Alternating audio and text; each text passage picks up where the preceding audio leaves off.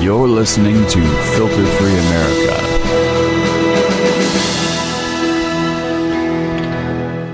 Well, Filter Free America is where I wanna be. Driving on the shining black shores of oil-soaked Lady Liberty, with justice not just blind, but deaf, dumb, and unkind. Thank God I'm filter free.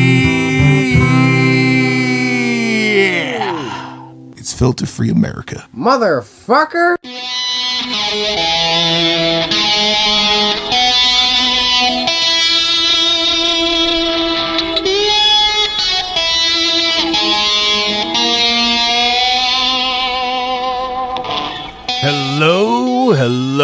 Hello, and welcome back to another episode of the Filter Free America podcast. I am so glad that we are all still able to meet up here on the podcast thing while we still have electricity and functioning internets and things like that. I'm glad that's happening. Not an interview episode this time. Once again, this is going to be more of a discussion, conversation type three weirdos talking about stuff they probably shouldn't be talking about type episode. What it is myself, the gorgeous Wayne Burfight, and the always stunning Kyle James are going to talk about all this drama and tragedy surrounding the shooting of Jacob Blake by the police in Kenosha, Wisconsin. Also, the resulting riots.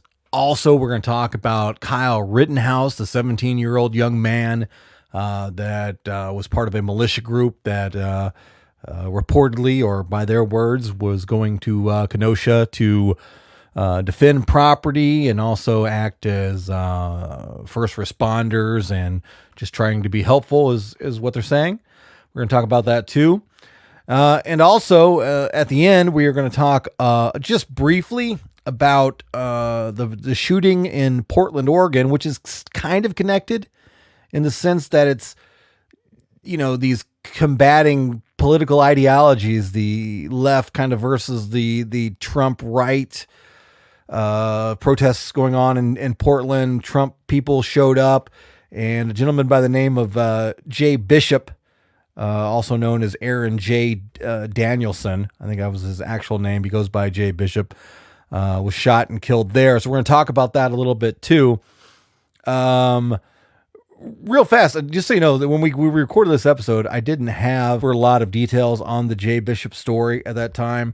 We just kind of talked about it. Then we kind of moved from the issue of him getting shot and the facts that we didn't have any of, to kind of just a general conversation about our points of view of what all this was about. What did all this mean? All this angst and anger and fighting and where we're going and stuff like that. So that's kind of how we finish it off. But I didn't really do a lot of justice to Jay Bishop himself when we were talking. Since then, because this is why I record the intros after the fact, so I can update anything if we talked about. I do want to, before we jump into the pre-recorded part of the episode, well, this is actually pre-recorded too, but you know what I'm saying. I just want to get some details here too. And I'm getting this from a news source online. It says, the man suspected of shooting MAGA martyr Jay Bishop, again, that's in quotes, I don't think that's an official title, bragged about being 100% Antifa and allegedly took loaded guns to the protest. This gentleman's name was Michael Forrest Ryanel? I don't know, something like that. 48 years old. He is being investigated as of right now. I just checked before I hit record to make sure there wasn't an unofficial arrest. But right now he's being investigated as the right-wing, being investigated after the right-wing protester was gunned down last Saturday night. So I guess it was basically technically like a week ago. Saturday? No, not even a week ago. It was this past weekend in Portland, Oregon. Was there anything else in here? There's not a lot of details because this talks about the victim itself. And what it says about him, I don't want to, kind of dismiss him but there's just not really that much there. Just says his name, says what he goes by, says he was fatally shot, said the shooting took place approximately at 8:45 p.m. on Sunday. I guess it was just last Sunday, 2 days ago. as the supporters of President Trump clashed with Black Lives Matter protesters in Portland. This night marked the 95th day of demonstrations in the city following the death of George Floyd. We talk about that in the episode. The Oregonian, which is the name of the newspaper that this story is quoting here, named the suspected shooter a self-described anti-fascist as a suspect in the shooting. So I guess this story is just quoting, saying that the local newspaper is the one that has named this gentleman. Let's see. He's talking about the suspect's website or Facebook page. He has shared photos and videos of demonstrations he's participated in on social media. That's not too strange or too unheard of. Along with his post, the alleged shooter wrote hashtag Black Lives Matter, hashtag A New Nation, and hashtag Breonna Taylor. Again, I don't see anything too crazy about that. Earlier this year, he reportedly wrote on Facebook, I am 100% Antifa all the way. Okay. I'm willing to fight for my brothers and sisters. Those are quotes from his Facebook page. Footage of a burning Trump 2020 flag was also shared to his page this summer. Let's see. In July, he was accused of possessing a loaded firearm in a public place at a downtown Portland protest, resisting arrest and interfering with police, according to the Oregonian. Oregonian? Maybe that's the way you say it. I don't know. I'm in Minnesotian. However, the allegations were dropped later that month, and he was not sent to jail. Interesting. So did he have a gun or not?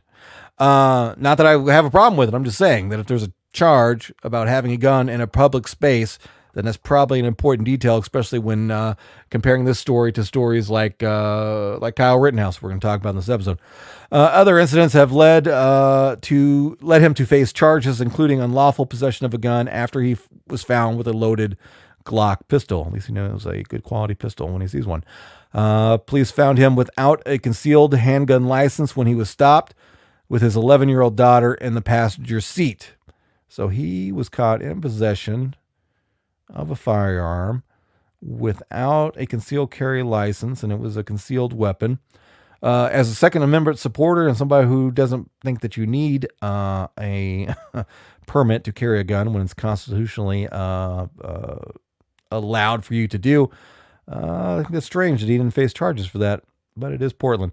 Disturbing footage recorded on Saturday night captured an unidentified man shooting and killing Jay. Talking about Jay Bishop.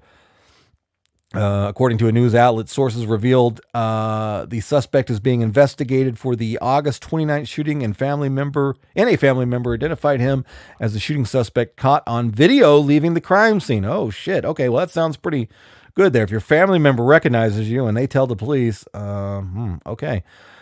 It's not going to be a very happy family reunion next year, assuming that he's not going to be in prison.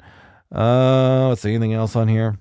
No, it's not too much. It just kind of goes into detail about that. I'm not leaving out anything too outstanding. Let's see, after the shooting, Jay was pictured lying on the ground wearing a Patriot Prayer cap and a Blue Lives Matter patch on his pants. I guess they're just trying to, further illustrate, where his political leanings were. The leader of the far-right group, Patriot Prayer, Joey Gibson, has claimed Jay was a good friend and a Blue Lives Matter supporter. Okay, so that's just, the reason I just read that story is I just wanted to make up for later on in this episode when myself, Kyle, and Wayne are having this discussion. We didn't really have a lot of information at our disposal at that moment, so I didn't want to, underrepresent Jay's death or murder in this situation. I wanted to provide just a little bit more information. So, again, jumping back, we're going to start talking about first the shooting of Jacob Blake, then the Wisconsin riots and / protests, shootings by Kyle Rittenhouse, 17-year-old guy with the AR rifle that was there, and then we'll kind of close out with some opinions and things like that as well too. Now, I do want to buffer this episode specifically to the people who have followed this podcast for a long time, who've followed me on podcasts, on radio, on social media, and who know my very, very aggressive anger when it comes to issues about police accountability, criminal cops, and things like that. Okay. That is me. And it's a very passionate issue for me. If I had a handful of issues, that would probably be in the top 5. That said, that's just a reminder to let you know where my head is, that I see the problems in the U.S. Justice system and U.S. law enforcement overall. But also, I want to tell you that I try to look at every single case, anything that I have an opinion about, I try to look at it not from a ideological point of view, not a political point of view. I try to look at it from facts. Right? I want to get it right. I want to get it right every single time. I may not always get it right, but it's not from lack of effort. Also, I want to reiterate the fact that when I take a stand on something, it's not to appease one side or the other politically.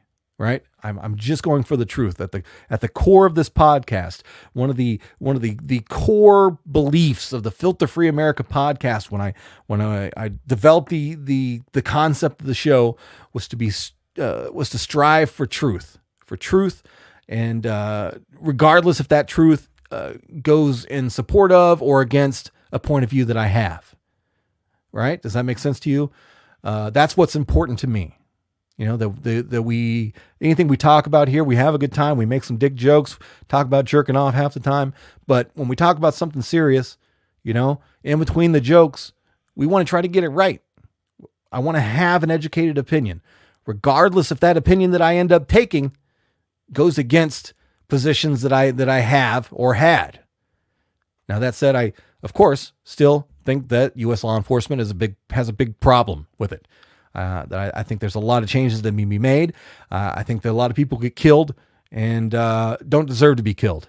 And I think it's really, really bad. And like I said, I've got a 10-year record now that you can go back to and know that I'm very consistent about that point. Not to spoil it, but you're going to probably pick it up here. Some of you aren't going to be happy with my point of view in this episode. I'm just going to say that flatly. But again, like I just said a minute ago, I've come to this opinion, this point of view, based on the facts that are available to me right now, today. Now, when I say that, that means this, that if other facts come out that change, you know, the narrative for me, then that means that my point of view may change. But again, as of this recording right now of this intro to the episode that I just recorded last night, my opinions are going to stay the same. So fair warning, if you side with me on a lot of the police accountability issues, you may not be happy with me at the end of this episode. But I have to do that. I mean, that's just the way it is for me. I have to be able to know that I'm giving an honest and fair assessment through my eyes and my understanding of the facts available. Because again, I'm not trying to play to any party or any ideology. That's another core belief of the Filter Free America podcast, is I'm not trying to pick a side here. I'm just trying to find the side of truth. If there's a side I'm picking, it's the side of truth. The truth as I understand it. Okay. So I got that out of the way. Don't hate me is the point of that message right there. Real fast, let me mention the one and only True Blue sponsor of the Filter Free America podcast, and that is simplewebsite.us. Simplewebsite.us. Those are the people that you go to if you would like to have a website using the Squarespace website builder, but you don't want to build it yourself. That's right. That's where their skill set is. Okay. The guys and gals over there at Simple Website, they have mastered the art of building beautiful websites with the Squarespace website builder. If you would like an example of that, please go to filterfreeamerica.com. Filterfree America, America always intentionally misspelled with the letter K.com. And check out the website that they have built and maintained. For me, it's beautiful. It's perfect. I do need to send them some updates, some changes and stuff, and get some people listed on there that aren't listed on there yet. But whatever, that's on me, not them. I need to tell them that. But anyway, if you want an awesome website, go to simplewebsite.us, see what they can do for you. Even if you've already started building your website, or you've got one built and you just want to make it better and just don't know everything that you can do on it, and you want some examples, or you just want a little bit of help from them, they'll be more than happy to do that too. Simplewebsite.us. One more thing I want to mention, one of the co-hosts of this episode and reoccurring host, I guess is what I would label him as, is Wayne, and he's in this episode, Wayne Burfight. And he and his wife, his beautiful wife, they have a project that they do on it's on Facebook Live. They have like a page and everything for it. And it's called the Beer Finds. What it is, he and his wife enjoy drinking really good quality beers, and they do kind of like a little video review of beers that they tried, and they do different styles and different themes and things like that as well too. So if you want to check that out, know more about Wayne, and learn more about craft beers, especially craft beers from right here in the Twin Cities area, go to the Beer Finds, BEERFINDS, the Beer Finds on Facebook, and like the page. And you get to see Wayne, and you don't just get to hear him, you get to see him and see his wife too, and see him get stupid drunk. All right, so here we go. Let's start this episode off. Again, we're talking about just everything going on from Wisconsin to Portland, the deaths, the shooters, and our opinions and everything in between, right here on Filter Free America. Let's go. No, I think mine would be more of like a dad's barbecue beer, where it's just a cooler of it, and there's that Bud Light. Well, you're not drinking fucking Budweiser. You're not drinking it for the flavor or the enjoyment. You're just trying to accumulate a large pile of cans. Trying to get that's the fucking goal. out of normal thinking in life. Dude, that's what a pint is for. You do some goddamn vodka with some of your favorite fruit juice, and you're just as fucking happy. And it's way cheaper. I way started less calories. drinking New Amsterdam Pink Whitney with lemonade because I don't like liquor. I go to jail when I drink liquor. Really? Yeah. Oh, yeah. It's been about 20 years since I really got tuned up on it. But really? Those... I'm learning so much about you with the Yeah, microphone. I used to get fucking aggressive. And Really? for no real reason, and you couldn't really tell when Well, it that was came. also 20 years ago when you were more of a dipshit. 25. But it's that part runs in my family. Where like you'll just be hanging out and then all of a sudden just click, and now this motherfucker hates everybody in the room and Yeah, get him out of here, you know. Kyle, So- that's called teen angst. No. 25 years ago? No, I said 20 years ago, but it was more like, let's see, 15. That's still, before 30, just drinking is stupid. Yeah. And then after 40, drinking is dumb because it hurts more when you wake up. But typically, Drinking to excess. like I'll Yeah. throw Oh, some yeah. tequila back and shit every once in a while now and be pretty good. That was the one alcohol I didn't abuse because I we're just gonna do an love episode it. where we're feeding you shots and see how long it takes for you to get to punch one of these snakes or Don't something. have your wife come pick you Speaking up. about Gonna need an violence, Uber. speaking Punching of violence, segue. Full disclosure: this is the second attempt. What? Nothing. Oh yeah, we're on, Oh, bro. okay. We're on. I thought that was so. If you just said a- anything that's controversial, it's going out there as well. Yeah, well, Full disclosure: this is the second attempt to record this episode. First time, we had some not only a little bit of technical difficulties, but more accuracy difficulties within like the first 24 hours. You've probably read the heading. We're going to talk a little bit about Jacob Blake, the shooting of Jacob Blake by the Kenosha. I can't do the. You guys. have Kenosha? The, yeah. Kenosha. Kenosha, Out there in Wisconsin. Wisconsin. I'm from Missouri. there. I Over can't say there it like in you guys. Missouri, I believe is that. Missouri, yeah, the show me state. They shoot a lot of people there too. It's a thing. So we're going to talk about that, give our opinions about our takes on that, which are half of you going to like, oh yeah, I agree with him, and half of you like, this guy's a fucking idiot. That'll be Which is me. the story of my life. Then we're also going to talk about the protesting / riots that happened as a result in Kenosha, and the Kyle Rittenhouse, the young 17-year-old guy who killed 2, injured 1 during the protest. I think we're about a week out since that happened now. Yeah. Right? Was it the 26th? I don't know. That was like something. And again, no relation to me. That was Right. like a Tuesday, wasn't it? Tuesday, Wednesday? Something. Almost a week. Not long ago. And then now Too soon. we also have to talk about a gentleman by the name of Jay Bishop, who was shot almost the day or the day after after Kyle's shootings. He was shot in Portland. Oh, yeah. And we have least information about the Jay thing. So again, the disclaimer that I've probably already mentioned in the intro is we're going by what we know right now. We're going by the facts that we have in front of us, and we're trying to draw conclusions and opinions and points of view from not a political point of view, but a fact point of view, right? Anybody who knows me knows I have a disdain for criminal cops, but this is going to be, if you agree with me, this is going to be a challenging episode for you. So 8/23, I've got the date written right in front of me. That was when the So a week ago exactly. That's when Jacob Blake was shot by the cops. It was following that. So that's kind of like where the timeline starts. Okay. On August 23rd of this year, police responded to a call in front of a residence where the 911 caller called and said that there is a person here who's not supposed to be here. We assumed, my voice cracked there, that the 911 caller who called 911 identified Jacob Blake, right? Because if they're not supposed to be there, they know who this person is. So we're putting 2 and 2 together. Police respond, try to arrest Jacob. It's been reported that they've tased him at least once, possibly 2 different times, unsuccessfully. And Wayne and I were talking before you arrived about how a taser needs to work. It needs to, everybody's like, well, it's not because you can stand the blast of a taser. If those little prongs don't go into the flesh, right, and get in there, then they don't function. Catch clothing or one misses. It's not a precise, it's not a perfect thing every time. Yeah, but then you also see people who are on PCP or some adrenaline drug, and they're just like, I'm invincible, and they got like. Whenever I'm on PCP, I just tase my balls, and it just feels fantastic.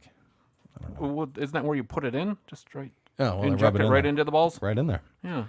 My penis is kind of like a nose. It just snorts PCP right into the balls. Well, how else are you gonna sniff puss? Well, with less PCP. I have nothing to add to any of that. Stop lying. Your poor wife. I've watched you snort lines with your dick. What? Wait, what?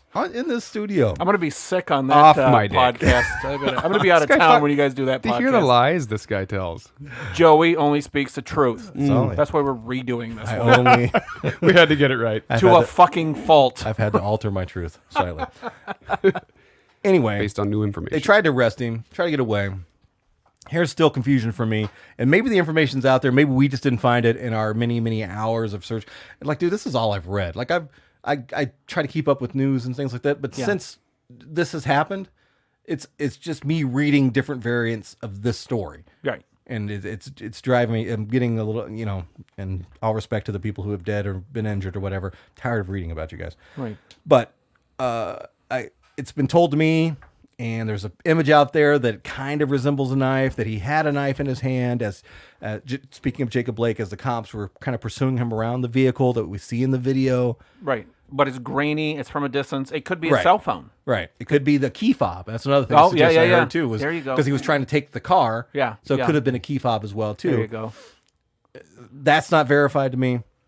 But anyway, he tries to get into the car, and maybe there's a knife there. There definitely was a knife recovered. Yes. Apparently.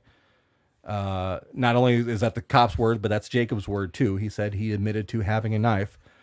But again, I don't know if he had it during the pursuit, during the struggle, or whatever. Time will tell on that one. He tries to get into the vehicle, and at some moment, one of the police officers, whose name I don't have in front of me here, but the one with the gun that shot, that one, shot Jacob 7 times in the back, as the Spring reported. I heard somewhere that he was hit 4 of 7 times, but that's unverified.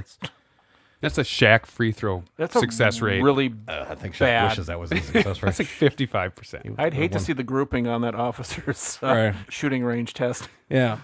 Hit all the black areas. So that's the and he was paralyzed. He's now paralyzed. I don't know if it's permanent. I don't know if that's been verified yet, or if they still don't know yet. He probably has to go through significant healing before they can figure out. But I know his spine was severed, or it struck his spine, one of the rounds. And regardless, he is paralyzed at this moment as we speak, right now today. So I guess we talk about points of view. Some new facts have come out of whose house he was at, why he wasn't why he wasn't there. Part of the reason why he wasn't there was he had a warrant that was for domestic violence and sexual assault in the 3rd degree. When we recorded last time, when we tried to do this episode, I didn't know who the victim was, but apparently the victim was the resident of the house, which we are told, and we're putting it together here, that was the mother of his children. So I don't know how you get to that. I mean, it's perfectly understandable that somebody can sexually assault somebody that's the mother of their children. That's what I understand, but I just don't know the facts of that. But the point is, the police, when they responded, of course, they're getting information from 911. They know who's there. They know he's not supposed to be there. And they know what his charges are. So we know that. I mean, that's just the way police calls work. The 911 operator collects as much information as possible to feed to the officers. So when the officers get there, they have something to work with. And they can kind of know who the quote-unquote bad guys are and good guys are and how to proceed. Depending on the charges or the claims of what's going on. I mean, I'm sure there's a degree. I can't speak for the police officers, but I'm sure there's a degree of how you get yourself prepared. Right. If they say it's a shooting, shit's going to get fucking exactly real quick. Yeah. Who are you dealing with? Right. If there's a cat stuck in a tree, then they're get your fucking guns. Get your fucking gun and shoot the cat. Bring the shotgun. Yeah. Simple. Right. But. Here's I'll own it first. I'll bite the bullet. First, with your back, with my back turned, I have to side with the cops on this one. With everything that I have and know right now, with the information I have right now in my brain, that's not trying to make a fucking political statement to the left or to the right, pro-Trump, anti-Trump, good cop, bad cop. For me, just putting it together, trying to be honest, trying to be fair, I have to side with the cops right now based on what's available to me. Okay? Knives are nothing to fuck with. Much like the Wu-Tang, don't fuck with knives. Okay? Mm-hmm. Knives will fuck you up. If you don't believe me, please go to Google and Google image knife wounds. Okay? If do you think Wu-Tang's going to come up with a knife line now? Maybe. Could be. Wu-Tang they probably already do. No, yeah, that's a good point. Because the Wu is... They'll hide it in a basement, release it in 30 don't years. ever want to fuck with their marketing either. No. They only got one and it's worth $1 million. Yeah. Right? So, if he had the knife in his hand... If he got into the vehicle and reached for a knife dropped out of his hand, or his hand was moving towards a knife that was still in the car. Okay. I at that point, knowing that the cops had come, tried to tase him, tried to get him to stop. We see it in the video. I can't say that the cops should just, at that point say, fuck it, let him stab me, and I'm going to try to talk this shit the fuck out. I can't.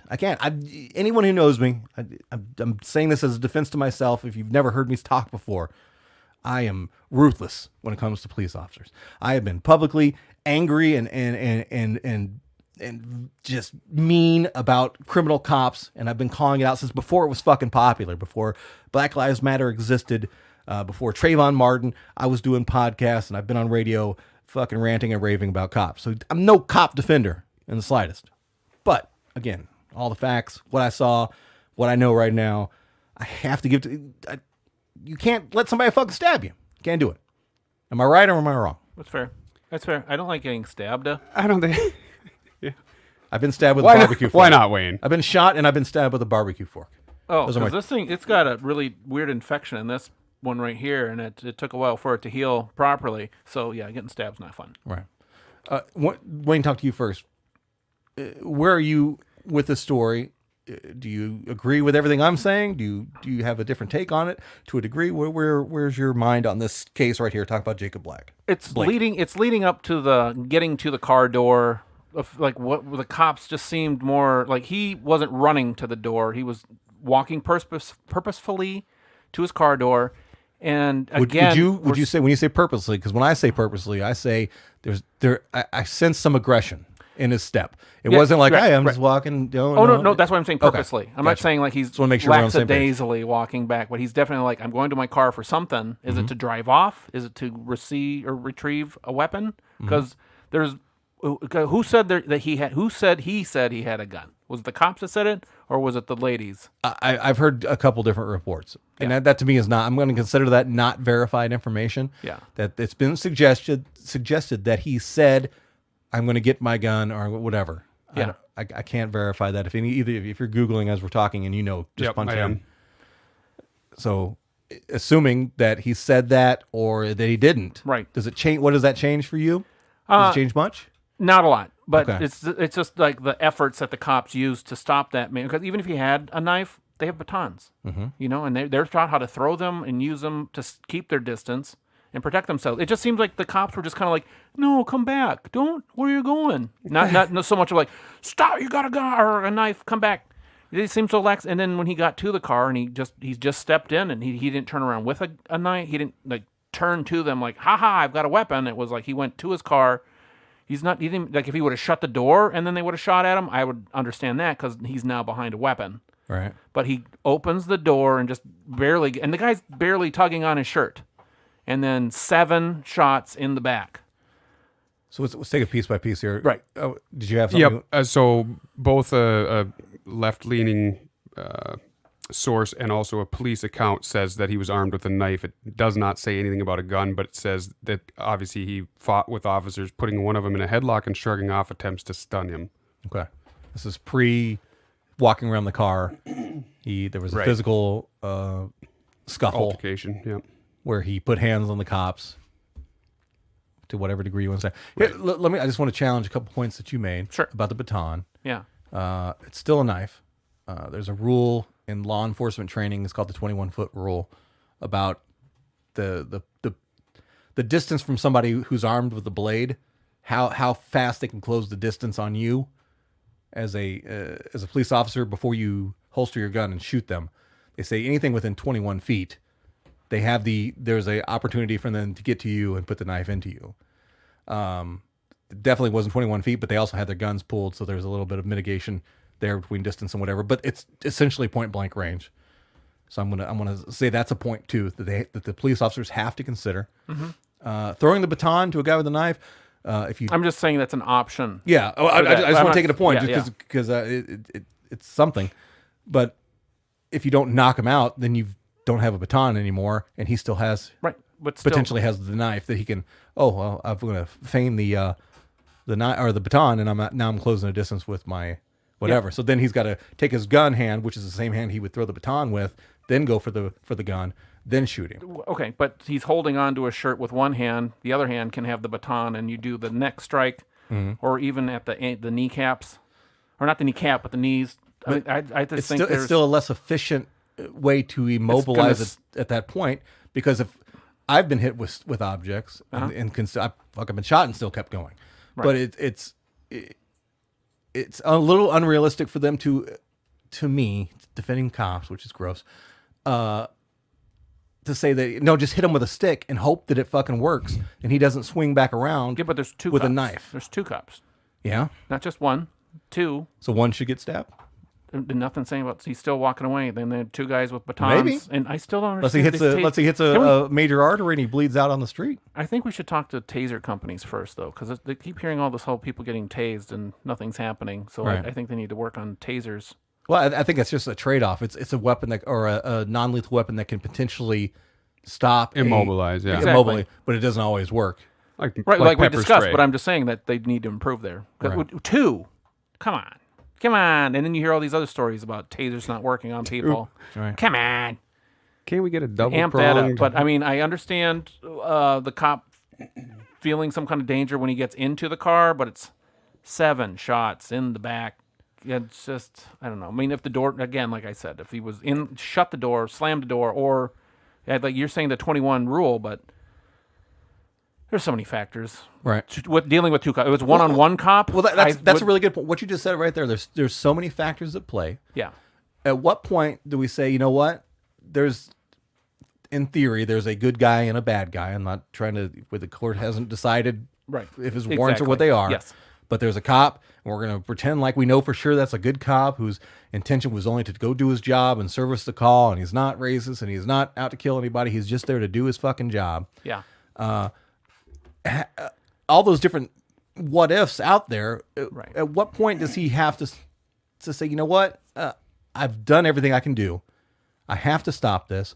Like you said, I can't let him get into the car because the car becomes a weapon. Yeah. Not to mention, and one of the things people complained about as far as the cops, well, his kids are in there. How are you going to shoot him? Well, you know what? How about we not let him get in there and take off the car because his kids could become hostages as well, too. Right. That makes another problem. Right. He had every opportunity. Now, I'm parsing my words here as I'm saying this because that's a big thing. Well, if you don't comply, you just get shot. Well, in some cases, yeah. Right. If you have an active warrant for a felony crime of sexual assault in the 3rd degree, if you've had multiple opportunities to stop, you've already put hands on the cop to show that you're obviously willing to fight. Right. What else would you have no limitations at that point because you're already putting hands on It's a domestic violence call, one of the more dangerous calls that cops go on. Right. As much as I am angered by so much that goes on in law enforcement and so much they get away with and such a double standard that they have in so many other cases, whether it be Philando Castile is one I love to refer to the most, not because I love what happened, because it was such a just an egregious example of somebody trying to do the right thing. Yep. And he wasn't committing a crime other than having some weed in his system, which I probably do right now. Maybe. Now it's been a while. I'm fasting from that too. A lot of carbs and weed. Yeah. So, but at one point I have to be intellectually honest and say, you know what? That cop is not a disposable human being, regardless of what my point of view is about law enforcement.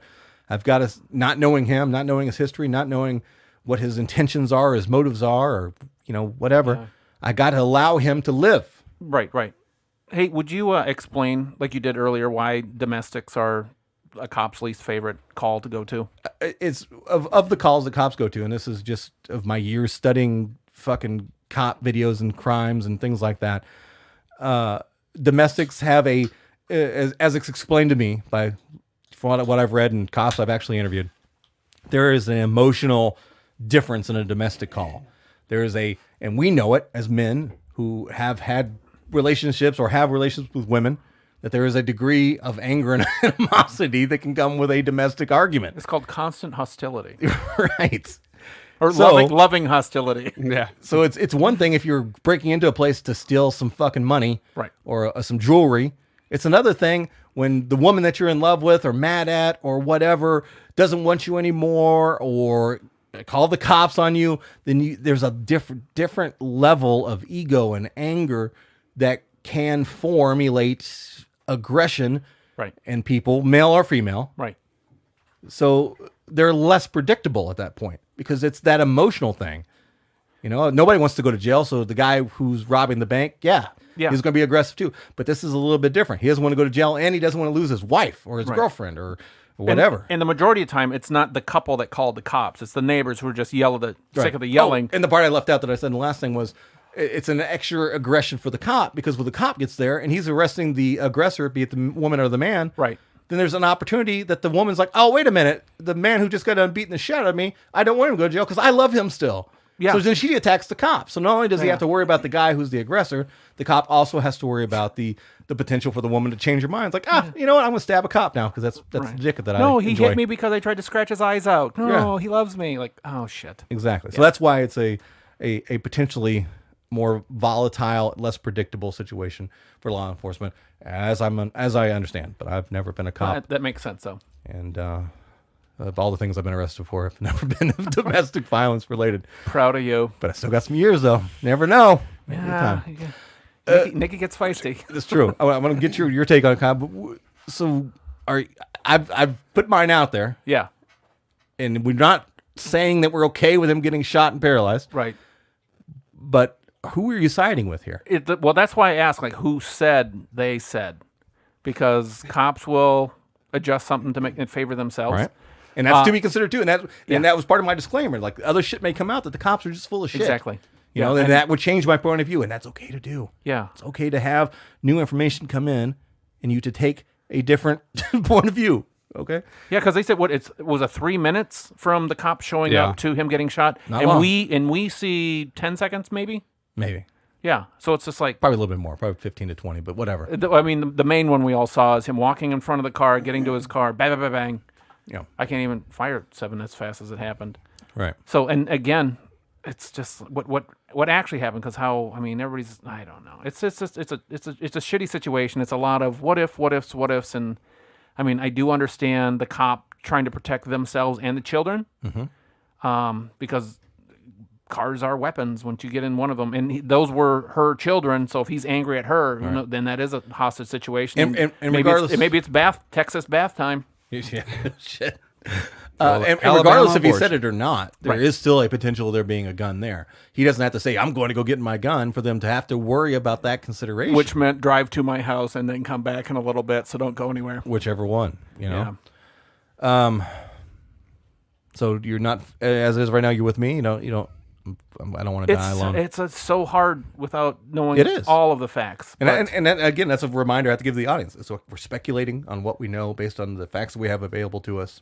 Yeah. So it doesn't mean that you're a heartless individual. It doesn't mean that you're a exactly. cop sucker. Yeah. No, I'm sad someone died, and I'm sad the cop. Well, he didn't die yet. Oh yeah, that's right. He's paralyzed. The cop has to go through training and the fact that he had to shoot a human. Yeah. I mean, I'm sure he's not happy about it. I mean, I know there's cops that I know that I like. Yeah. We have a shared friend who was a former police officer who's a fucking sweetheart. Right. Great realtor. Yeah. And he takes and he has, when I first met him. Yeah. I don't think he was as, what's the word? Personable? No, I don't think he got it as well as he does now. But he and I have had, I don't want to put words in his mouth, but he seems like he questions a little bit more about law enforcement. Oh, sure. Now. Yeah, because again, I don't want to put words in his mouth. He's a get good a guy. job where licking the boot gets you promotions. Yeah. Yeah, and I'm sure he's seen shit that he's never going to talk about. Yeah. So. Well, I've had him on this podcast, and this I can speak to. He's talked about on this podcast specifically about Minneapolis police. Yeah. About him not saying that they're poorly trained and not a good examples of law enforcement. I can say that because he's actually said that to me. Yeah. So yeah, Kyle, Yes. where are you at with this? Going with the cop? You going with the victim? Well, we don't have anything from the other side of the car. Like We do. It's not a very clear video, right, but not much. Yeah. First of all, fucking cops should be outfitted with nets like the Cobra Command and fucking G.I. Joe. Just net the fucker. Right.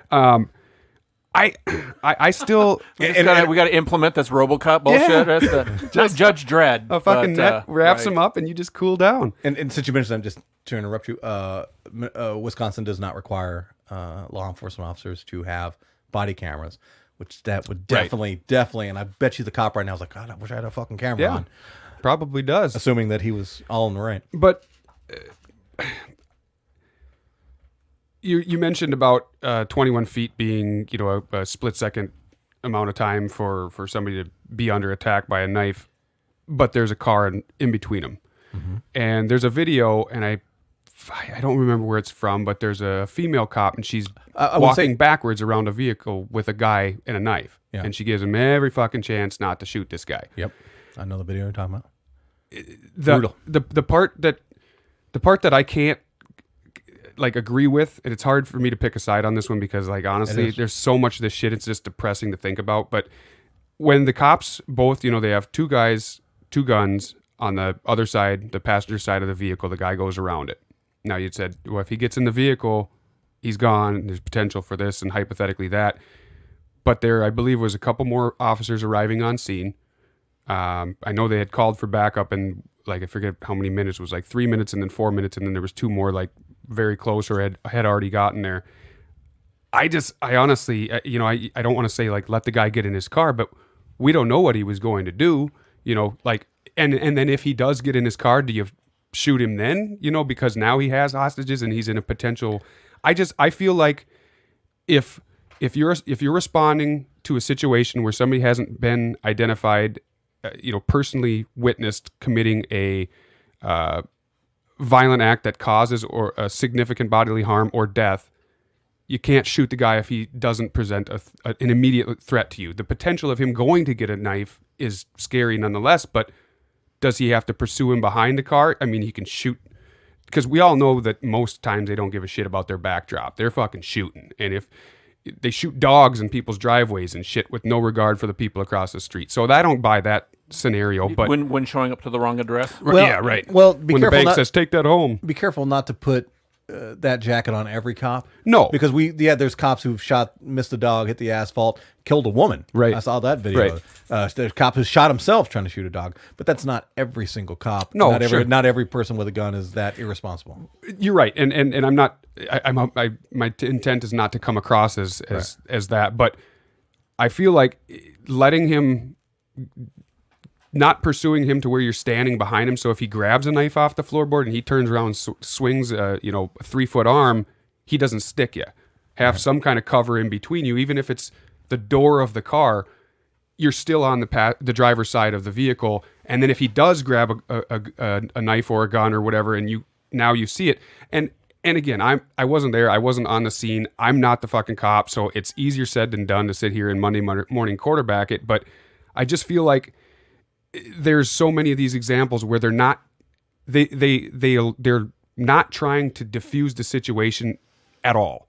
Right. And they do this in Europe all the time. They diffuse the situation. Shit, they ran a guy over with a knife. The guy just like, fuck it, I'm running you over. And the guy gets hit in the hip and he lands on his shoulder. And you can see the defeat in his eyes. He's like, fuck it, throws the knife down. Like, all right, you got me. It's like, I know that's not, a one size fits all response, but I have a hard time siding with a guy for shooting a guy in the back. I don't even give a fuck what the back. That these are you've given off examples of things of all these scenarios I went through in my head trying to get a take on this that was fact based, and I keep going back to the potential with the kids is a thing, and that definitely adds. If he shuts to himself in the of car, course. if you fall back, give him space. He shuts himself in the car, and not to say I don't want to speak ill of Jacob Blake, regardless of what he's charged with and what he has done or hasn't done.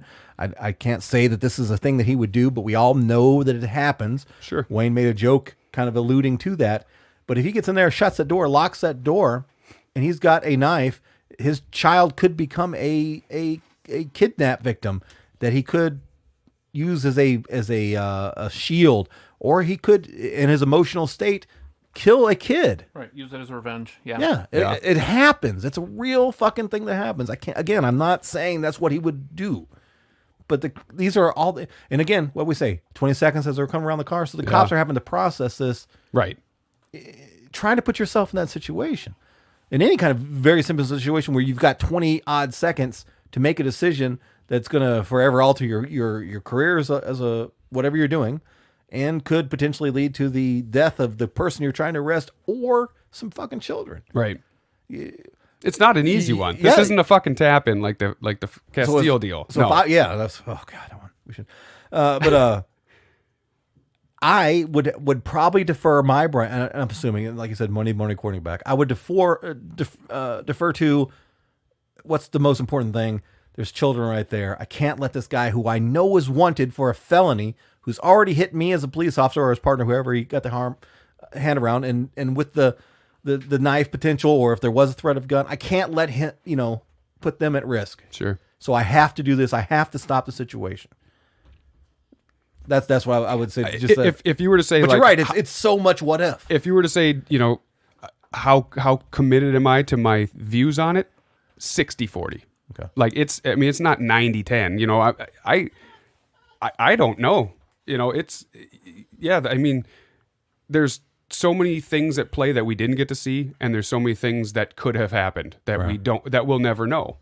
So it's a tough one, and I don't know. I'd say 60-40.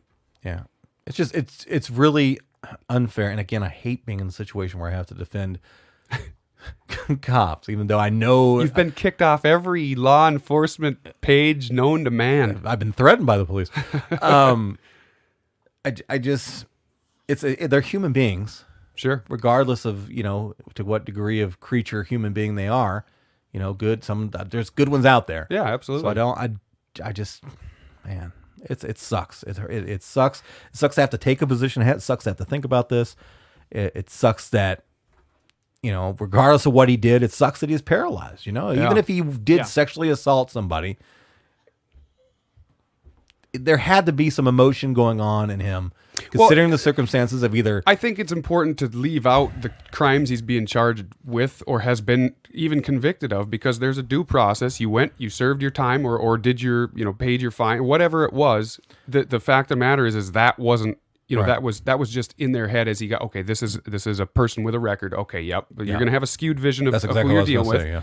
But that's not, it's not the job of the cop to carry out the punishment. It's the job of the cop to secure the crime scene, to collect evidence, to detain and arrest, and then let the process run its course. Right. And so, and that's in all these cases. It's the fucking little white kid from Stanford that rapes the girl. Like, that's the crime. Don't worry about his fucking GPA, and don't worry if he was a swimmer, and don't worry about if George Floyd had fucking sold drugs to you. That's irrelevant.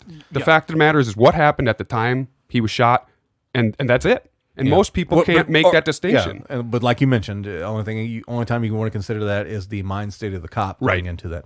Which I think is fair because, if you're like, oh, it's fucking Alfred E. Newman, well, get out your fucking stupid board games and get ready to play something. So I don't know. It's a crapshoot. Right. I'll say that. Wayne, did you have anything else on this one before we move to the next one? I agree with you guys. It's just there are great cops out there, but there are shithead cops, but a lot of the good cops don't call out the shithead cops, and that's what's pissing off most people. And if anybody, that to me makes them not a good cop. If you know a bad cop is out there and you're not doing anything about it, if you're this brave police officer, fucking sacrifice your job and point these guys out. Right. Because it does happen. You'll save some lives. cops have called out bad cops, and guess what? They get treated like shit, and they get kicked off their job. One thing I do want to add, though, it's this guy has to assume responsibility. Talking about Jacob Blake. He has to assume. He's 29 years old when this happened. He has children. He knows he had a warrant. Okay? He knows that the cops are there to arrest him, obviously. Okay? So anybody who's worried about the cops shooting him in the sense of worrying about the kids and all that, no. The father of those children put those kids in that situation. Sure. Mm-hmm. Regardless if he did these crimes or not. He wasn't supposed to be there. Wasn't supposed to be there. Yep. There was a restraining order against him for the area. They made it fucking flatly clear that they were there to arrest him, so there was no fucking argument with that. All you had to do was stop. All right? Go to fucking jail. Either do your time or fucking fight your case or do whatever. But you put your kids in that situation, and you force the cop to have to make that decision, assuming that the cop did everything lawfully and it wasn't being a monster. All right, so now let's talk about the what happened as far as the protest/riot, much like what happened in Minneapolis. What started out as good-natured protesting about an event that needed protesting, and I'm saying that here too. I mean, if you want to go protest, regardless of what my point of view is right now on the shooting of Jacob Blake, if you still want to protest that, then fuck it, it's your goddamn right to do it, and you should. But this protest, of course, became a riot situation. Destruction of private property in Kenosha.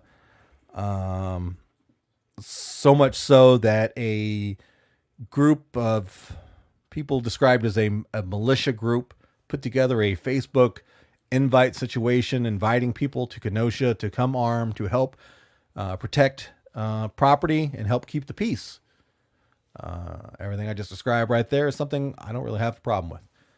It's part of my political point of view of this, but I don't really have an issue about that, assuming that the group went there with with righteous intention, assuming they went there to actually protect property, protect other people, protesters and whoever else, and they didn't go there with any kind of motivation to do anything other than that, and then I support the idea of doing it.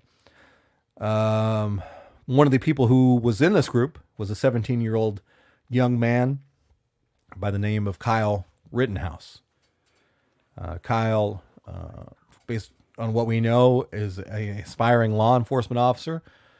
Things that were on his Facebook page indicate that he was of the type who would post things like Thin Blue Line stuff and All Lives Matter stuff.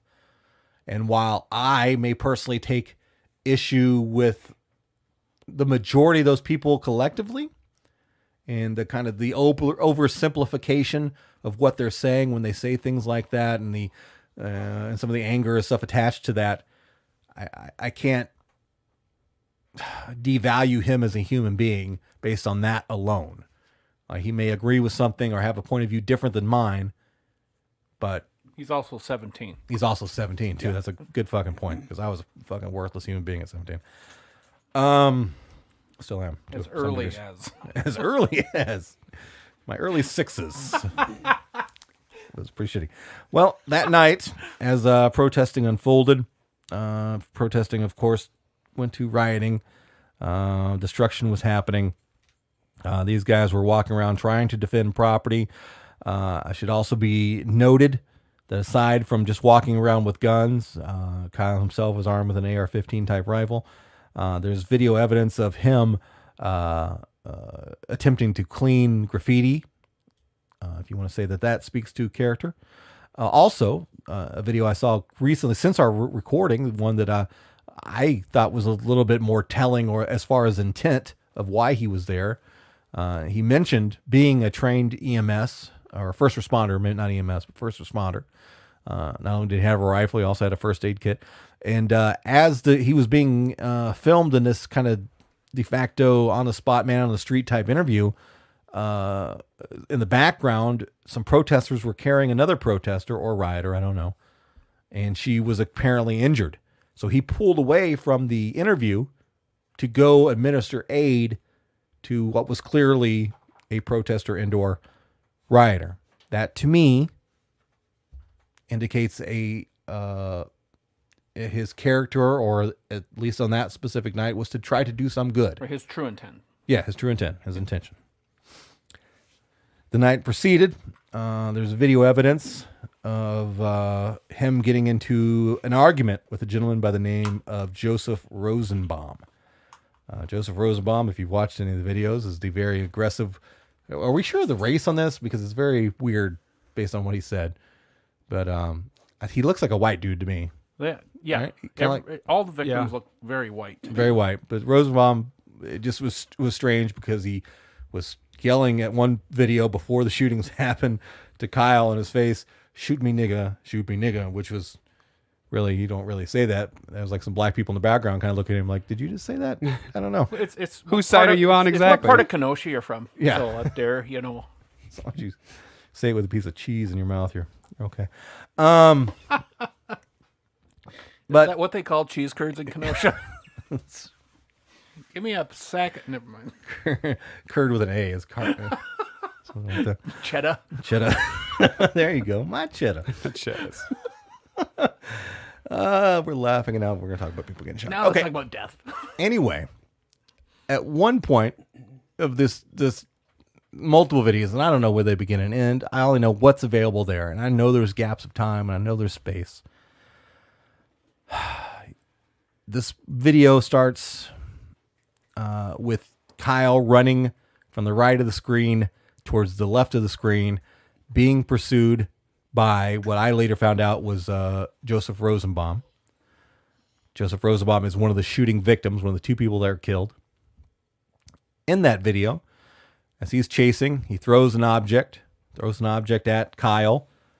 I was one of the people who saw some early video of that and thought it was a Molotov cocktail.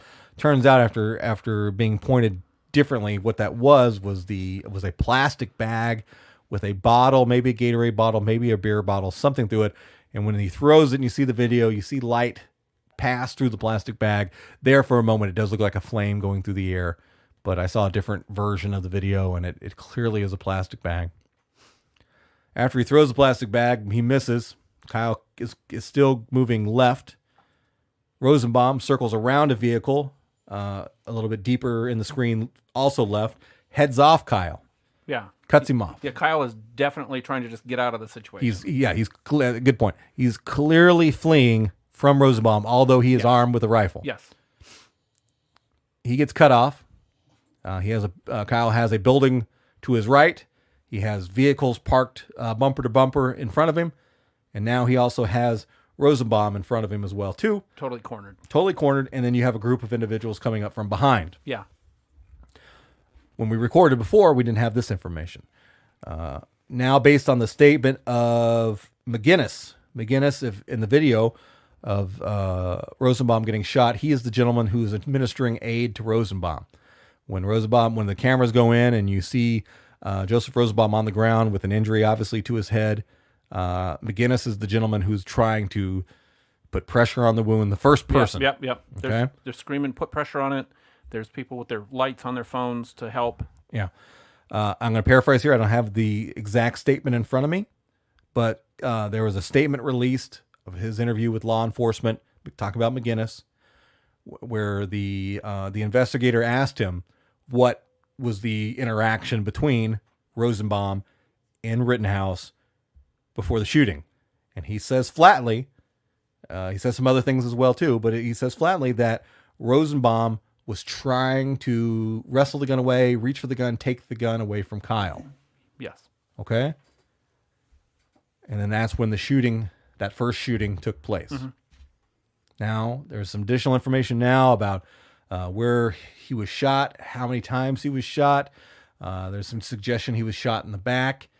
And, you know, of the people of one side of this argument who are totally against Rittenhouse, they're like, oh, you shot him in the back, everything like that. Well, when you get shot once or somebody's getting ready to pull a gun on you after you've tried to wrestle the gun away from them, I could see him making a turn, but the motion has already happened. Yeah. He's already pulling the trigger because you've already put yourself in that situation to him have to defend himself. Right.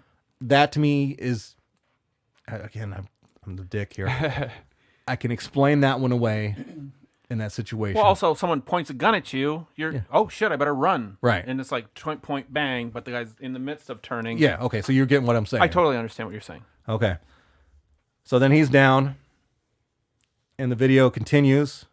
We see him get on the telephone and call somebody and say, I just killed somebody. When we first tried to make this recording, I thought it was the police that he was calling. He was calling a friend, apparently, is what's reported to now. Sure.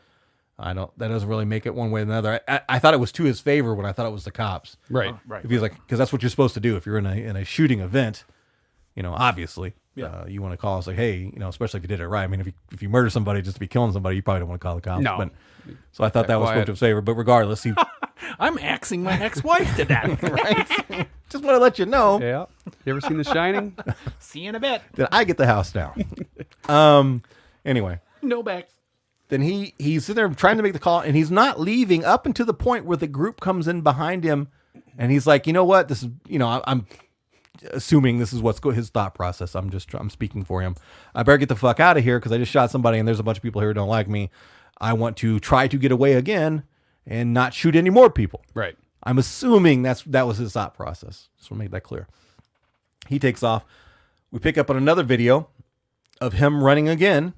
Running down the road with his rifle, and people are chasing him, and they're saying, he shot somebody. Stop him. He shot somebody. He's running down the road. He stumbles. And he's running like towards where there's like a police line. Right, where he thinks that the law enforcement is. I'm Right. assuming it's because they come from off camera by, you know, later on in the video. Well, there's a squad car that was sitting there, but Oh, then was those it? larger vehicles were coming. Okay, then I got that wrong then. So he was running towards a police car. That's what it looked like to me. Which seems to indicate that he wants to go and say, hey, look, I shot somebody. Yeah. We assume. But in the process, he's running. He falls to the ground. He falls to the ground. First person he makes contact with is a gentleman by the name of Anthony Huber. Huber. And when I say make contact with, Anthony popped him in the head with a skateboard. Ow. Okay. We'll come back to this. Well, I just want to kind of go through the narrative here. Hits him with a skateboard. Anthony gets shot in the chest for hitting him with the skateboard. Right. After he hit him with a skateboard. Next comes in the scene. A couple people come into the scene. One person backs away after seeing that he's shot somebody and he's aiming the gun at him. That person kind of falls back. Which shows Kyle's restraint. Right. He didn't immediately just start shooting everybody. Right. A guy approached him, thought he was going to get tackled. He aimed the gun at him. That guy fell back. Kyle didn't shoot him. Right. Another guy comes in. And just to be clear, it might have been gauged both times. The other guy that was shot. This is the guy who wasn't killed. Anthony was killed, but Gage just was shot in the arm.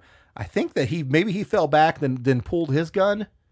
Oh, sure, yeah. Then tried to go back in once he right. was armed. Right. Because he had a pistol on him. It's very visible. I think that, so forgive me if I'm wrong about that, if it's two different people or whatever. But regardless, he didn't shoot him the first time if that was him. But then it comes back into frame, and then it's for sure Gage. How do you say his name? Gross? I don't have it in front of me. Gross something. Grosskreet? Grosskritz? Grosskritz with a Z, yeah. Grosskreet. Yeah. We're in Wisconsin, you guys. Yeah, right? That's right. It's Grosskreet. And he has a gun in his hand. He's within feet of Kyle, who's still on the ground, aiming the gun at Kyle, and Kyle shoots him in the bicep of the right hand. Well, didn't he grab Kyle's gun? You said that earlier. I don't know that for a fact. Regardless, if he there did or was didn't, somebody- that would add to his concern. and somebody had how he reported got that- shot in the bicep, because it looks like he grabs the gun and pulls on it, and then you just see the splatter. Really? And it's like, Well, he can't with that hand because with that hand he had his gun. That's his pistol. I thought, okay, the way I remember it, the gun was in his left hand and he grabbed. No, he was a right-handed shooter. Okay, his right hand. Yeah. Somebody, as they're grabbing the gun, because he had, and he had a camera in the other hand. Because when he got shot, the camera goes down. So it wasn't a gun, was it his camera? No. That was in his left hand. But his right hand was a gun. So he had a camera and a gun? Yeah, because there's a still shot of him after being shot, holding his arm, and his muscles have constricted. Ooh. So he's still holding the gun in his hand. It's just locked in his hand because he has no muscle control at that point. And then from there, Kyle's able to kind of recover himself. He gets up. Everybody has learned their lesson and not trying to tackle him now. And he goes back to the police, hands up in the air in a very obvious surrender. And the cops, I don't know if they've given a justification for why they didn't fuck with him and didn't arrest him right there. But I think he was looking around like, what? Why aren't you arresting me? Yeah. I am the guy. What kind of dream fucking sequence you think he was in at that point? Well, arresting or detaining, one or the other. Yeah. Yeah, but regardless, they just kind of went past him. But they were asking where the injured person was, so maybe that was their thing. Oh yeah. Well, the big trucks are coming by. Hey, did the shooting happen up here? Was it up there? And he's like, yes. And then he looks at the cop on the curb like, and it was me. But I don't hear him say that. Right. But yeah, and then he got tossed a bottle of water. Well, that was before. That was way before. Was that? Okay. Yeah. That was way before. That was kind of like foreshadowing to the friendliness between the militia group, whatever. As they're doing their walk around, their patrol, they're looking, kind of patrolling, talking about the militia group. At one point, the cops interact with them, and they said something to the fact, "Yeah, we're glad you're here." And they come out of their fucking cop tank, and it's like, "Hey, you got some water? You want some water? Here, I got a couple waters." And they toss him, and they interact with him. So that's part of the skepticism between one side of this argument of the cops being extra nice to him or whatever. But I don't really think that applies to the story here. So there's some more details that came out that we're going to cover. We're going to talk about too, but that's kind of a rough take of the timeline. Are we all in agreement on that? Yeah. Yes. Okay. Again, just like the first episode, I'm going to be the bad guy. God damn it. That was self-defense. I agree. That was self-defense. The first one, clearly fleeing, clearly getting away. And clearly that individual has displayed multiple times throughout the night that he was very aggressive and towards Kyle, talking about Joseph Rosenbaum. I just rewatched the video of him shooting the guy in the arm, and he definitely has a gun in his hand. Thank you. Was he the one that was grabbing his gun out? Like trying to grab his gun or going for it? No, it was amidst some chaos. Okay. So I can get that back. Okay. And then after he left and he's running away again, trying to run to cops, trying to surrender, that was again self-defense. But as we discussed kind of off mic here, it's a self-defense because I don't think the victim's the one who got shot in the arm and the one who got killed. I think they were reacting to what they assumed happened. Yeah. I think because there were people yelling, "Hey, stop that guy. He killed somebody. He shot somebody." They probably thought they faulted to the worst possible scenario that he's a shooter who's trying to kill people and didn't even consider the idea that he was defending himself. Right. Oh, okay.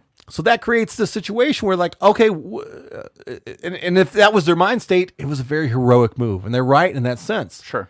That you're going to take on a guy who's armed with a rifle with a skateboard. Sure. And the other guy had a pistol, but still, it's a fucking AR-15. Right. So you see a guy with an AR-15 running out from behind a car, and people are screaming, "That guy shot a guy," and that one dude's like, "Well, I got a skateboard." Right. So, okay. In that mind state, I would say that was a very, very brave thing to do. But stupid, but brave. Stupid, but brave. But most bravery does come from a degree of stupidity in most cases. I don't know, most cases might not be right, but whatever. The point is, they were attacking him, not knowing that he shot somebody in self-defense. Sure. But they still were attacking him. And it creates this area, and it's just one of those things where there's not, to me, in my point of view, speaking in regards to those two shootings, that there's not a right or wrong answer right here. You know, the guy defended himself, and as in my opinion, based on what I know and what I've seen, he left, and now he's forced to. His hands are forced now to defend himself again. Although they may have been righteous in their moves and their perceptions, they might have thought, "Oh, this guy's a fucking killer. Got to stop him." Just a lot of mass confusion going on, and that happens sometimes in real life and anything. It's a miscommunication or lack of information, and we act on what we have. Yeah, they just didn't hear he shot a guy in self-defense. So they missed that part. So my point of view, details. Yeah, my point of view in the position I'm taking right now, in the face of everybody's going to fucking hate me. I can't be mad at Kyle. I can't say he's the bad guy here, right? Based on what I know, because I would have shot that motherfucker too, right? You're so and again, it's a cultural thing. I don't have a problem with somebody walking around with a gun. If you know what the fuck you're doing, if you have a gun and you're not, regardless of the age thing and all that other bullshit, right? I grew up around that. Guns don't fucking bother me. As long as you know what the fuck you're doing. Clearly he knows what the fuck he's doing. I didn't see one bad gun behavior or whatever. No, he had perfect violation. But aside from perfect trigger discipline, the whole thing. But aside from being a 17-year-old that crossed state lines with an illegal gun. Right. So we all agree he should not have been there with that gun. 100%. Right. He could have been there with a baseball bat. I'd be far more on his side. He is definitely guilty. Well, maybe that might be stretched. I don't know what the parental guidance thing is because apparently his mom was there. But whatever. At the very least, he's guilty of a misdemeanor of a possession of a firearm in that certain position. Well, and I saw an article that she was a little bit on the whole right-wing white power thing. Oh, really? Okay. Well, that color me shocked. Right. Not drastic, but just a little bit. Well, color me shocked also in the fact that, and we'll talk about that. There's a lot of disinfo going out there too, right? Trying to shade both the victims, and the people, and in both of these stories we're talking about, trying to make them look as bad as possible as justification. Or actually, three stories. We're talking about another one. It's weird that people have the same exact name, isn't it? Weird. Yeah. So that's my take and my information there. I am a pro Second Amendment person. Let me full disclosure there. But I don't hang out with people who are Blue Lives Matter people and stuff like that. And I take a lot of issue with a lot of their things, a lot of their political points of view. All Lives Matter, Thin Blue Line, all those people, not to judge them all together as one, but overall, I don't agree with a lot of things that they seem to all agree upon. So that's where I'm at. Here I am, a bad guy again. Wayne. God, we hate you, Joe. All right, I'm a fucking dick. Piece of shit. No, I mean, this is a really, really flip-floppy type story for all of us, I think. Because it sucks that kids got shot who are trying to protest something that was a little bit drastic. I think it was with this, and then what happened in Minneapolis, I think, are two very, in the heat of the moment, reactionary. More than getting the facts and then going and burning shit down. They're just like, oh, well, another black guy got shot. Let's burn shit down. And now we're finding out like, oh, well, he threatened the cops. He wrestled the cops. He had a weapon. He had kids in the car. Oh, fuck. And then this kid, this kid fucking shot people. But then you watch the videos like, well, that was absolutely self-defense. But he crossed state borders with an illegal gun and he was underage. Right. There's just a lot of flip-floppy going on there. And it's just, it's just too much reactionary going on. And to me, like I said, we have to acknowledge that there's some ambiguity to the legalness of him having the fucking gun there. Yep. That does not negate your right to self-defense. It's my point of view, I think in general anyway, if someone is trying to hurt you and cause you harm, I feel, and I think a lot of other people feel, you guys speak for yourselves, that you should be able to defend yourself. It just seems like common sense to me. Yeah, and I think these videos actually point that out. Right. If you watch it in that frame of mind, he is trying to get out of the situation. Clearly. He's not the aggressor by any means. No. But he should not have been there. And in my view, might have changed if he was arrogant. If right, he was aggressive back to the Joseph Rosenbaum. Like, no, fuck you. I got this gun. I'm going to put a bullet in your fucking head. Right. If we would have saw that, my perception would change. Exactly. If I didn't see him running, if I saw him, the guy approaching him and him not cornered. falling back and just say, yo, come to me, motherfucker. I got you. Right. Then my perception would change. Exactly. Yeah. And I know how it's tough, but it sucks. There's a lot of, like you're saying, it's just, there's a lot of, but there's the going on in this whole story. And I'm going to get your take here, but this speaks to all these stories, and I think that our people are really fucking fucked up in the head when it comes to how violence works and things like that. Yeah. And because it's not a storyline, it's not a fucking movie. Somebody didn't write a script where the good guy does X and the good guys come in and stop the bad guys, and it doesn't fucking work like that. It's unpredictable. It's unpredictable. It's even the people with the best intentions can get it, like just like we're talking about with the miscommunication here, Or the narrative videos is what's really doing it too. It's like people who just read the headlines, or you watch that 10-second video, but someone's telling you what they want you to see. Right. Like when that kid in Washington Monument had the Native American come up to him, and they're all like, "This kid's just laughing in his face." But then you watch the whole thing, it's like that kid was just hanging out doing against abortion, and $250 million bucks. That's crazy. Fuck, God, I wish I was against abortion. Makes me want to wear one of those I'm not red against hats. abortion. I just don't like kids.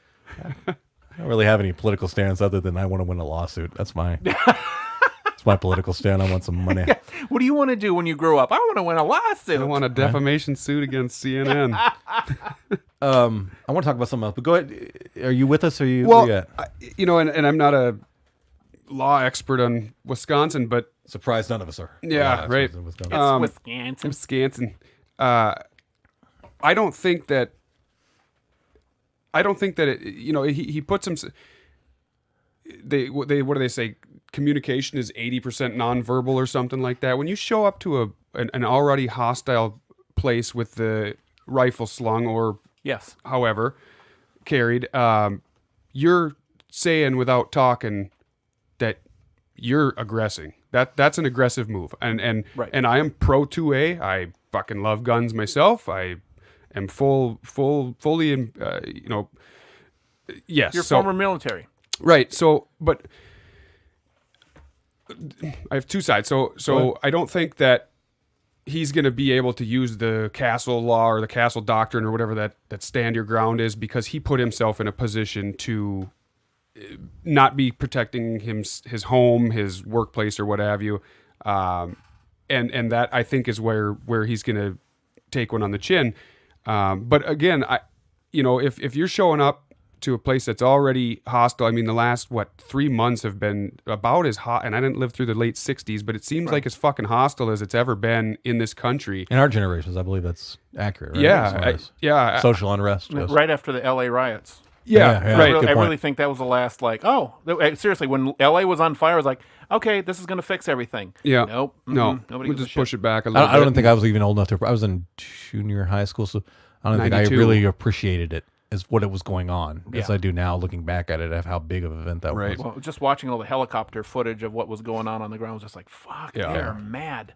Yeah. I have a hard time siding with this kid that again, I think society has failed. I would be surprised if, and this is going to kind of contradict my previous statement, but I'd be surprised if he went there with the good intention of protecting business and not engaging in some big dick competition with a gun.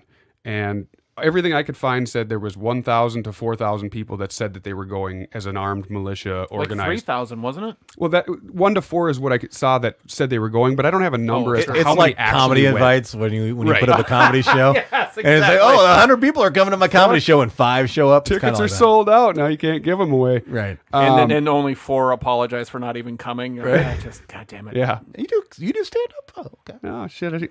I should catch you next time. Oh, I can't wait was to see that you guys. you? Oh, Yeah. if I'd have known that was you, like, I invited you. We had to fuck. give the Wait, are tickets you to the saying that's homeless. how it happens to militia members too? Yes. Like, come on out, come see us do our militia Well, show. we'd love to defend the Second Amendment. Yeah. I'm sorry, I had a God. picnic to go to. I forgot. Lucifer is on Netflix. My dog's sick.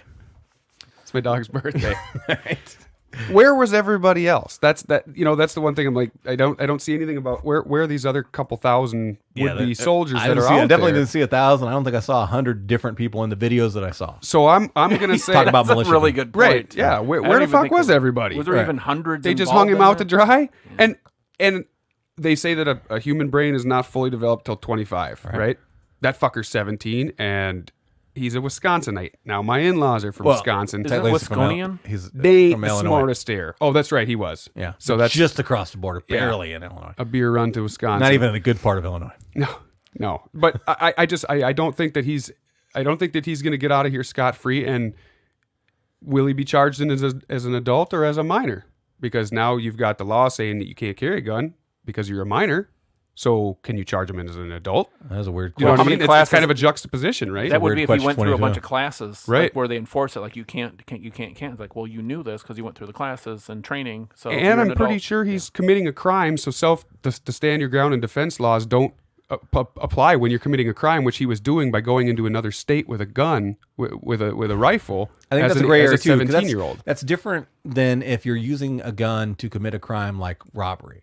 But if you're just in possession of a gun and you weren't committing a crime at the time, other than the possession, I don't know. I'm speculating. Right, it's like here. having weed and your permit to carry is out the door, right?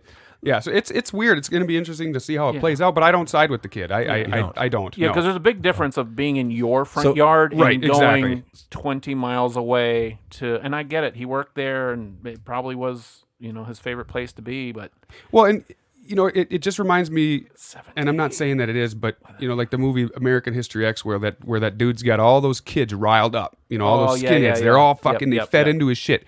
I guarantee you, he's involved in some pages that he got riled up. And to your point, his trigger discipline, the way he pointed his weapon away from people, the way he didn't shoot the fucking one guy, all things to his credit. But his views on the world have been skewed, and he went there looking for what he got. Okay, let me because I got 3 points I want to take with you before we go further. 3. shit, Let's can't do with defend that because this. you just said he that. only gave me one. God damn it. How do you know his? How do you know his point of view was skewed or his worldview? How do you know that? That's my assumption based on what I see. So I just want to make sure we get that on record Yep. that it's an assumption. Yep. First thing that you said, brought the gun, makes him the aggressor. Yes. I can't agree with that because and I'm talking with somebody who's a gun owner. The act of possessing a gun is a constitutional right. Absolutely. And having a gun, and regardless of it, because I take issue with it. If you can prove that you're old enough, I was shooting guns when I was 6. I mean, I wasn't walking around carrying them, but I was shooting them at, well, not 6. I think I was 9. I think first I shot a gun. But I don't think that automatically means that you're the aggressive person. And I think if you carry a gun, you said something about how you thought that maybe he was going there with the intent of hopefully getting to use the gun. We don't know that, so that's hard to say too. To me, it's a natural thing. I mean, a gun is a tool to do either something offensive or something defensive. Sure. Or to shoot for sport, to get food, Yep. or to shoot a target and enjoy yourself. So to me, that's how I look at guns. Now, I understand there's a cultural difference because I grew up around guns, and so for many people, it's going to be a different perspective. But I can't say that automatically makes you should be viewed as aggressive. I mean, to me, it's just a gun. It's a tool that requires responsibility. Now, I'm going to draw a major distinction. Okay. If when you see the picture of like the guy in Texas ordering a number 6 at Burger King with a holstered weapon, that's not an aggressor in my opinion. That guy is practicing his constitutional right to carry Open a gun carry or whatever. and so it is accepted by me in that case. But when you have a powder keg going on and you've basically armed up or joined up with a militia of some size, and you're going there to, quote, protect things from being burned down, you're saying, I'm going to take a gun, and if you try to burn this gas station down, I'm shooting you. That's exactly what he did. That was the other point that I wanted to add to that I had forgotten. I'm glad you reminded that. Yeah, I get that. And I agree with that. This is me arguing your point. If we want to assume that was his community, he didn't live there directly. It was within 30, 40 minutes. He did work there, apparently. That's his community he wanted to protect. Yes, that's why he went there, was to not only defend property, but protect other people or what have you. Well, in a riot condition, you absolutely want to have a gun to do that job. Now, an example for me, when I was doing all the filming in downtown Minneapolis, I didn't go down armed because I wanted to look. It's like, look, I'm just here to document. I'm here to do that. But I did not go down there with the intent, even though I knew what was going to happen. I didn't go down there with the intent to defend anything. I went down there to document the good, the bad, the ugly. It was never my intention to try to stop anything. That's the same reason why I didn't cooperate with the ATF. I'm not here to do your fucking job. Yeah. Right? Yeah, everything's public. Everything's public. You job. fucking watch the video, you do whatever you want to do with it. But they went there with the intent to prevent damage and destruction and protect individuals who didn't want to be whatever. So to me, there's nothing wrong to bring a gun because that's one of the tools, one of the things you do with that tool. The gun is a tool to defend yourself, defend property, defend life and limb in that situation. Yes, it can be aggressive. Yes, it can be used in the military. Yes, people can do crimes with it and hurt people. But it's also to do what he did, which was like, hey, look, I'm going to not let you do this. And if you want to let this on fire, if you want to break in this, I'm going to tell you, hey, stop. And if you don't stop, I may have to use this gun. And to me, taking away the legality of him having it in the first place, to me, there's absolutely nothing wrong with that. Same as if I came to your house and broke into your house, what are you going to do? Oh, that's totally different, though. Is it? That's now. I would say if the government was pulling some shit like they did in Hong Kong on those protesters, absolutely send the fucking random Facebook militia group in there and stand up to the government. They were not employed. They were not asked to go down there and protect car dealer, whatever. I don't know what businesses were in Kenosha. I've never been. Cheese, yeah, cheese factory and cheese curds, Cheese industry. Sausages, archettas, probably some beers.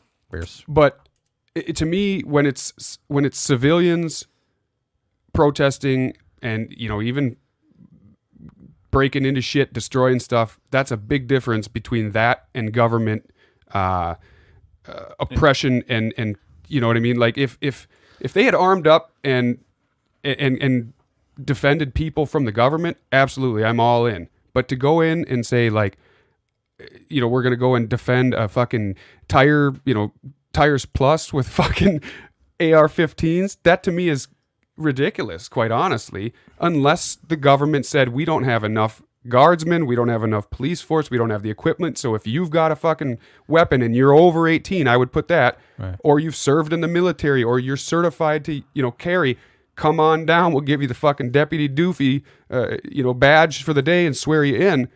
But that didn't happen. This kid went out on his own, brought a fucking gun to a skateboard fight apparently, and shot 3 people. And I just don't think that on record that the video, there's multiple protesters with firearms there too. Sure, yeah, absolutely. And I don't know how they make the distinction from one to the other, quite honestly. But right, I think we have to disagree to disagree. We're disagreeing on the where the limitations of you defending something begins and ends. It's within your household. Me, if he had connections to that community as it's being reported, he was employed there, he knew business owners there, He knew people that lived there. Sure. Outside of them saying absolutely no, get the fuck out, which I don't see them lining up to do.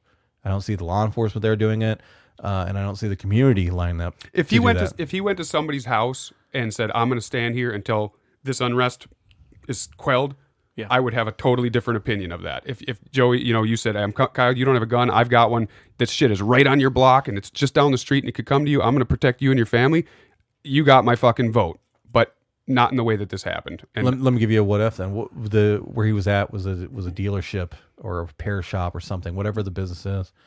And when he runs into the screen right before that, you see people for no fucking reason taking bats to people's property that's not theirs. Sure. Destroying it. Standard procedure. Breaking windows and shit. Yeah. Now, if the business owner said, you know what, I'm glad he was there. And I didn't ask him to be there, but he was there and I appreciate it. Does that change your perspective at all? It doesn't. Okay. It doesn't, because those inanimate objects can be replaced, but that guy's arm can't. Those 2 guys that are dead can't. And this kid's freedom is probably fucked and that can't. I don't put human life above property, but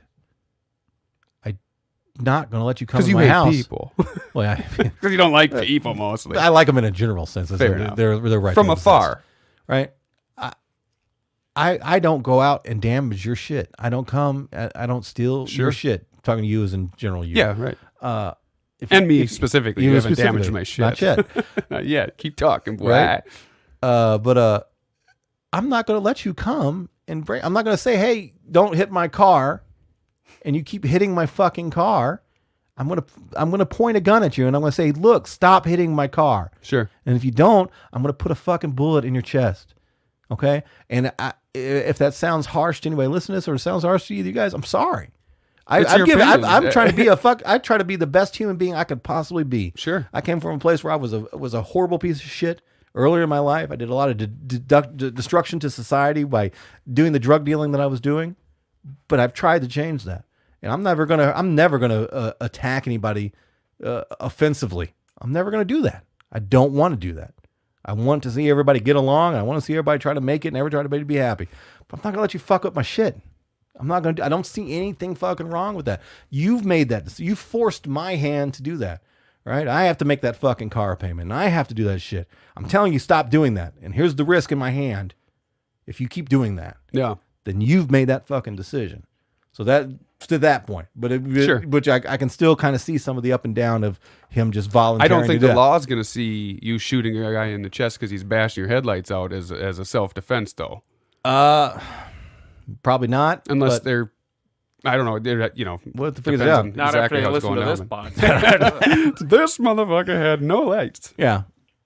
I don't know. It's people work hard for the stuff that they have. People, especially when we're talking about these small businesses who are not insured, sure, or that they don't cover riot. Right. Riot, they have whatever. Nothing to fucking do with this other than just existing in an area where you happen to have this fucking riot at. Yeah.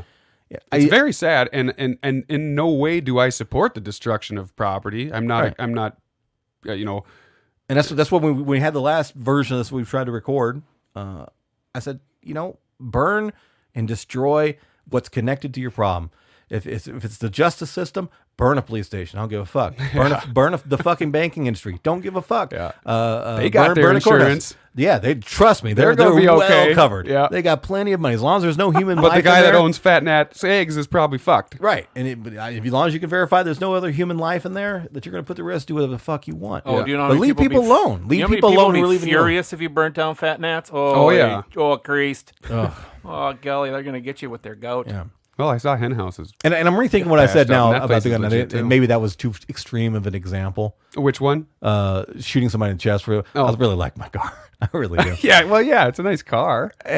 But you've put a lot of work into it. As you beat the shit out of it, and you're on like 9th and 10th turbos in it. And, whatever. But I'll plug you if you look at it. But the point is, I shouldn't have to have that conversation with somebody. No, society should be better as a whole, absolutely. Right. But we're not. We deserve what we got coming. If I'm not doing that to you, you don't. I don't fuck with you. You don't fuck with me. I concur. I don't fuck with people's shit. I put my shopping cart away every time. Right.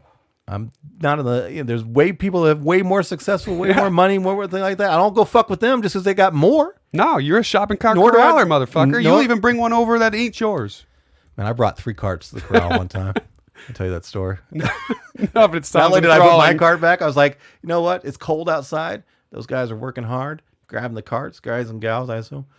Went and grabbed 2 other carts, put it in my cart, pushed them all to the corral.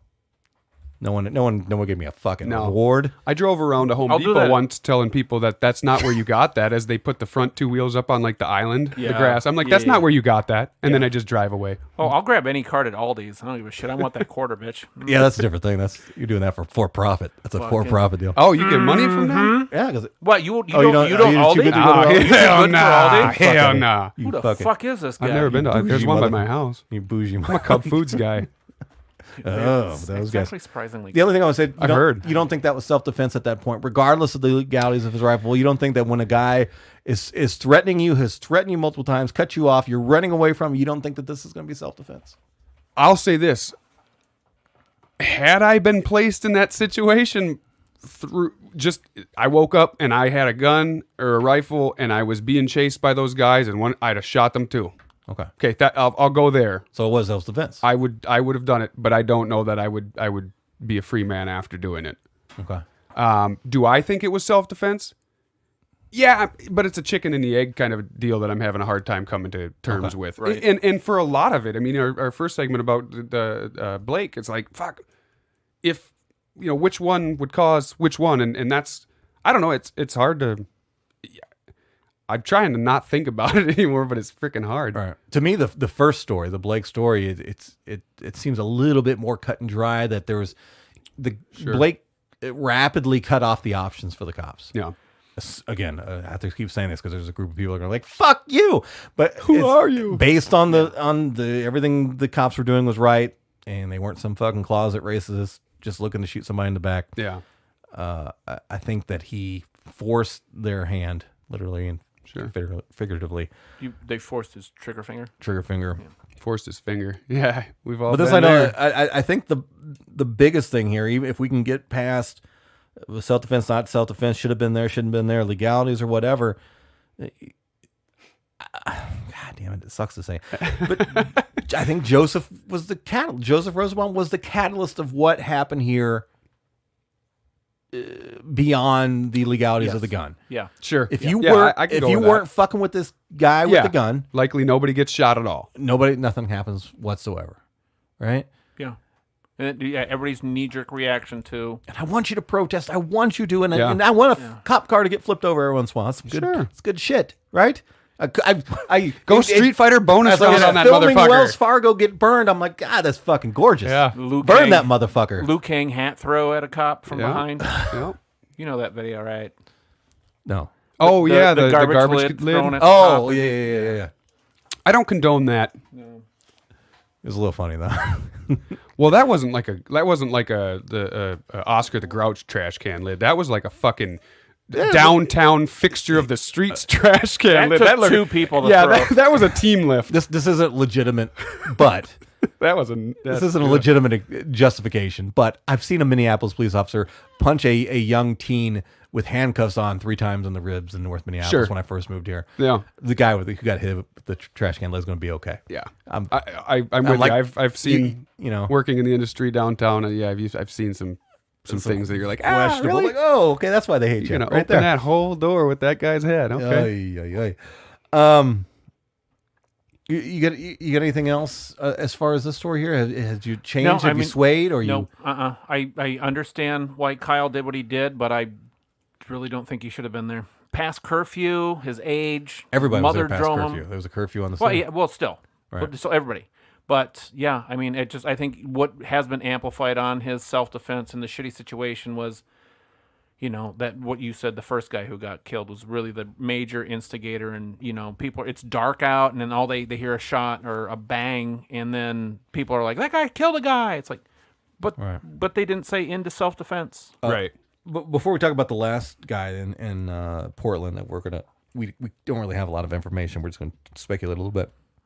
One thing I wanted to mention was that when we talk about community policing and we talk about defunding law enforcement and we talk about making it a more community policing thing, which I'm all for, right? I'm not anti-cop. I'm anti-bad cop. I think we should definitely need a ethical and moral version of law enforcement in this country. If we're going to be a nation based on laws, if we're going to have a legal justice system, and we don't want to go super far libertarian with it, where it's just, all for one or one for all, or good luck to you. Right. I don't want that. I just want a moral, ethical government. Yeah. And I don't mind cops as long as they're not fucking. You want laws to mean laws? Yeah. I want them to be legitimate laws that don't give a fuck about what I'm putting in my body. Yeah. And I don't want the cops to fucking target any specific group, laws unevenly, whatever.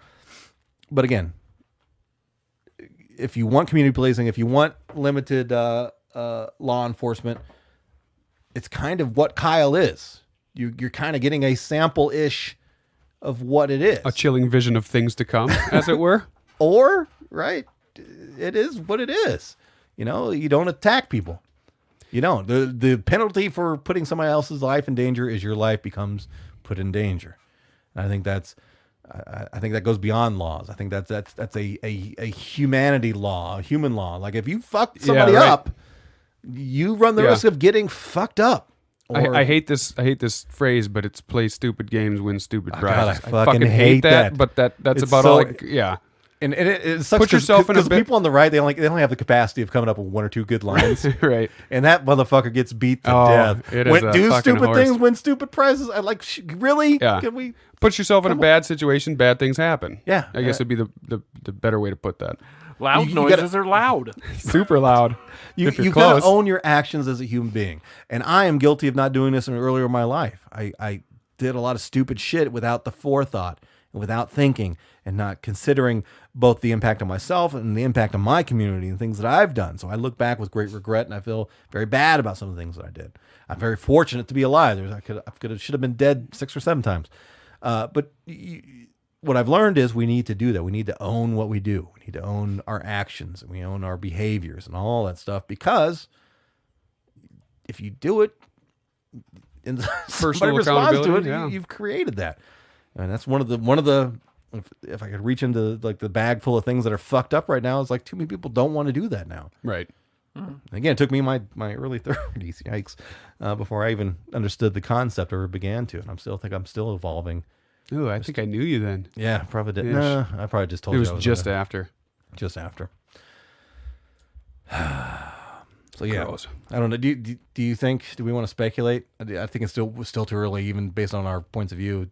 Is he going to walk on this? Is he going to? Kyle? Yeah, Kyle. No, I think he's going to get like the probations for sure, because of the things we talked about that he actually did illegally. I'm wondering if his mother is going to get any troubles, because was she an accessory by driving him? She knew he shouldn't have done it. Let me throw this in. I forgot this too. Is regardless if I do think he was self-defense, fucking disgusted by the hero worship that the right has embraced with him, and yes. there's all these fucking memes celebrating him, and he's a fucking hero. He was a person in a situation who had to do something very. He was a child in a situation. Yeah, and he's a person that put himself in a situation. He has responsibility for where he was at. His mommy drove him. Although I agree with the intent as it's being presented, at least. But regardless, shooting somebody, not only is it, and I use myself as an example, when I shot somebody, it was after they shot me, and it still was the hardest thing I've ever done. It's like, I know this guy just tried to kill me, and I'm going to shoot him back to get him off of me because he's going to keep shooting me. Yeah. But it was still like I had to think, that's a human being. Yep. Right there. That's fucking hard, number one. But I'm not a hero for that, especially because I was a drug dealer. So that was part of the reason why he was robbing me and part of the reason why he was shooting me. So again, owning what you did. And how'd you get in that situation? Yeah, I put myself in that situation. But regardless, even if it wasn't, I'm not a hero for that. I just defended myself, and it's like an act. Yeah. It's just like, you should, you raised your kid's good. You're a hero. No, you fucking came in a vagina and you made a kid. So now you got to take care of that fucking kid. Right. You're not a fucking hero for doing it. You're just doing what your fucking responsibility is. I don't know, but it's way overblown. If I'm and that just speaks to, doesn't matter what happened, everything as soon as it's out is politicized. And I just thought about this too. That also creates and you guys are both military, but all the patriotism and we love the military and the military is best. Would that create something in young men's and ladies' minds like, hey, I want to be that person. I want to be that fucking hero. Yep. Right? Yes. And so that makes them want to sign up and maybe not know what they're getting enlisted into because of that kind of that programming. What do you think this does? All these little young, right-leaning, whatever people are hearing like, oh man, he's a hero because he killed the people with limited social media who only see what they want to only see their side. This guy shot protesters. He's a hero. Well, I want to be a hero too. Well, I hate to even bring it back, but my second call to American History X is Derek, the main character, is a hero for curb stomping those two guys. Yep. Right. Very much like this guy's being put up on a pedestal. Oh, that's right. His little brother was and when he gets out, he's the fucking hero of that chapter of skinheads or whatever. Good comparison. Apt comparison, maybe. The other one we want to talk about was just happened a few nights ago in Portland. Portland's been having protesting. They got trubs like violent, aggressive. Yeah. They've been going. How long has this been going on? 95 days, I think. Jesus. Was it right from the get go? Same as here? They've. Portland is Portland, and there's no limited amount of cops killing people, so they've been protesting off and on. But this current kind of reinvigoration of it stems from the George Floyd killing. Yep. Because when it happened here, then satellite cities all around, L.A., Portland, Washington, D.C. Internationally. Internationally even started protesting. But Portland is Portland, and Portland has a very large population of very left-leaning, I would say, to the extreme. Some people may not, may be insulted by that, but it's just like there's extreme right, Yep. There's extreme left too, and it's a very consolidated amount of people in that area, and they're going gangbusters as far as protesting goes. Well, 2 nights after, Rittenhouse shot 2 or killed 2, shot another. Shot 3, killed 2. Yeah. A large group of Trump supporters, very obvious Trump supporters in pickup trucks with flags for Trump and American flags and everything else. Can I pause you? Sure. Isn't that fucking weird Respecting. that there's a group that's on a side of some kind of unrest in the country, and their fucking claim to fame is the president? They're supporting that. Right. Do you understand? They're what I'm not saying? even How fucked up that Republicans. is? They just no, it's support not Trump. like if they just It's said beyond Republican. we're support. the fucking, you know, just for simplicity, we're the KKK. Okay, that's great. You're your own fucking group, but now we're using Trump and his presidency as a reason we're. I can't even describe it. Well, It's just keep fucked that up. thought, because I think that's the direction we need to go, and maybe save me from looking like such a bad guy, because I'll take maybe the good side on that one.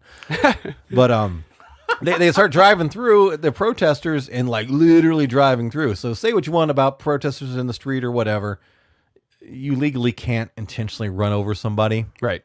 in that sense. If you're truly at risk, like somebody's got a gun pointed at you and you want to drive into them, that's a different situation. Pretty sure these guys weren't worried about that, guys and gals. And not only that, they could have had umbrellas. they were antagonizing as well. They were yelling at the other protesters. And the protesters were out there, so yeah, I guess they have a right to be out there too. Yep. And they had fucking paintball guns. They were shooting people with paintball guns and the whole thing. And All kinds of shit. but one of this group, and I don't have the name of the organization, some kind of prayer Christian Patriot Prayer, I think. Yeah, is the group. Patriot Prayer. Yeah. There you go. Alliteration's always good. Yeah. Filter free America. The separation of church and state. Weird, right? Oh yeah, I didn't pick that one up. Yeah. Huh. Yeah, that's a good point. So they're anti-America. Put that in your pipe. They're anti-non-Christian America, and they're only Christian when Christian stuff works in their favor. Except when it comes to feeding children. Anyway. Taking care of unwanted children. Exactly. Or caring for the homeless. Yeah, exactly. Or anybody other than white people. Themselves. Or the tired, the sick, and the poor. I don't want to go too far with that, because I know that's not the case. Oh, there's some people actually think they're in, whatever. They're in the right. Yeah. One of their group got murdered that night. A gentleman by the name of Jay Bishop. And I apologize, the Bishop family, and I don't have any information on him. But we tried. Yeah, there's not a lot out there yet. There's not a lot out there yet. No. I don't think they really know. I think they just found the guy shot. I don't really even know the background. So if you find something right away, But we also came across the unfortunate same name pictures as well. yeah, that's something we can circle back to. One of the, and this is again my problem, and this is why I'm where I'm at, and I have my quote unquote fans that just hate that I don't pick a side in this shit. Right. It's like I have an ongoing Facebook war with a couple fellers right now that just they call me everything but a nice guy. Yeah. And they hate that I don't pick a side, and I'm not for. It's not because I do. One of the guy keeps trying to tell me that I don't pick a side because I'm trying to play to the whole audience. And I'm like, I don't think you understand how this shit works. You pick one side or the other. If you play in the middle, neither side fucking likes you. Yeah, right. right. I'm not selling a lot of CDs right now. It's really not It's not helping me in Which the you should slightest. pick up. It's called neck tattoos and GEDs. Right. Thank you. Yeah, it's actually free. You can get it anywhere. God damn it, Joey. I don't want to. Someone has to pay I for like to these give. microphones I like we to- keep I breaking. like to give of myself. We? Oh, we know. Ooh, nice. But that's not it, man. The positions I take are based on my worldview and my facts the facts as I understand them to be. Right. I'm not picking a side because I don't want to pick a side. Like, trust me, I would love to be in the group where there's a lot of people who agree with me. It would be much easier, and my life I'd probably be more successful at everything I do. I know for a fact with podcasting, they don't want somebody who, I have a very small, dedicated, wonderful groups of people who listen to me. Yeah. And but it would behoove me to pick a side. Right. It would be the best possible thing that I could do, success-wise, to pick a fucking side and play to them. I refuse to do that. I fucking refuse to do that. And to that is the kind of the problem that we're getting ready to talk about here. And that's the disinformation war that goes around with these things. because it's my argument. And if you get your feelings hurt, I'm sorry. Both the left and the right, the vast majority of people who are combative with what's going on within these stories don't give a fuck about victims. They don't give a fuck. They're here for ideology and their fucking politics, which is kind of the same thing, but a little bit different. What? I'm messing with the... Oh, no, maybe a little bit. I'll get everyone right there. We're getting kind of stacked. Maybe it was yours. Regardless. No. And that's the at the core element of why I'm so fucking disgusted, because it's such a simple brain, animalistic, tribal bullshit that we and I say we as in we as a society have stopped caring about anything other than this politics and this idea where to the point where we'll ignore facts, manipulate things, selectively cherry pick information to present without looking at a whole package of information. All these stories, any story, be it wars or social issues or whatever, it's not one or two elements. It's a whole fucking thing. It's the beginning to the end. It's the whole deal. Right. And no one... And if you're one of those rare people out there who's like really cares about the people that were shot, most of the people out there are really putting their emotion and energy behind how to make this a political narrative. Yes. Yeah, exactly. And that fucking disgusting. I won't play that game. I won't fucking do that. I will never do that. So part of what you brought up was a couple things here. We can go back to the Kyle story a little bit. We can even go back as far as Jacob Blake. And this is a little hypocritical on my point here, because they're like, everybody wanted to focus on his criminal record.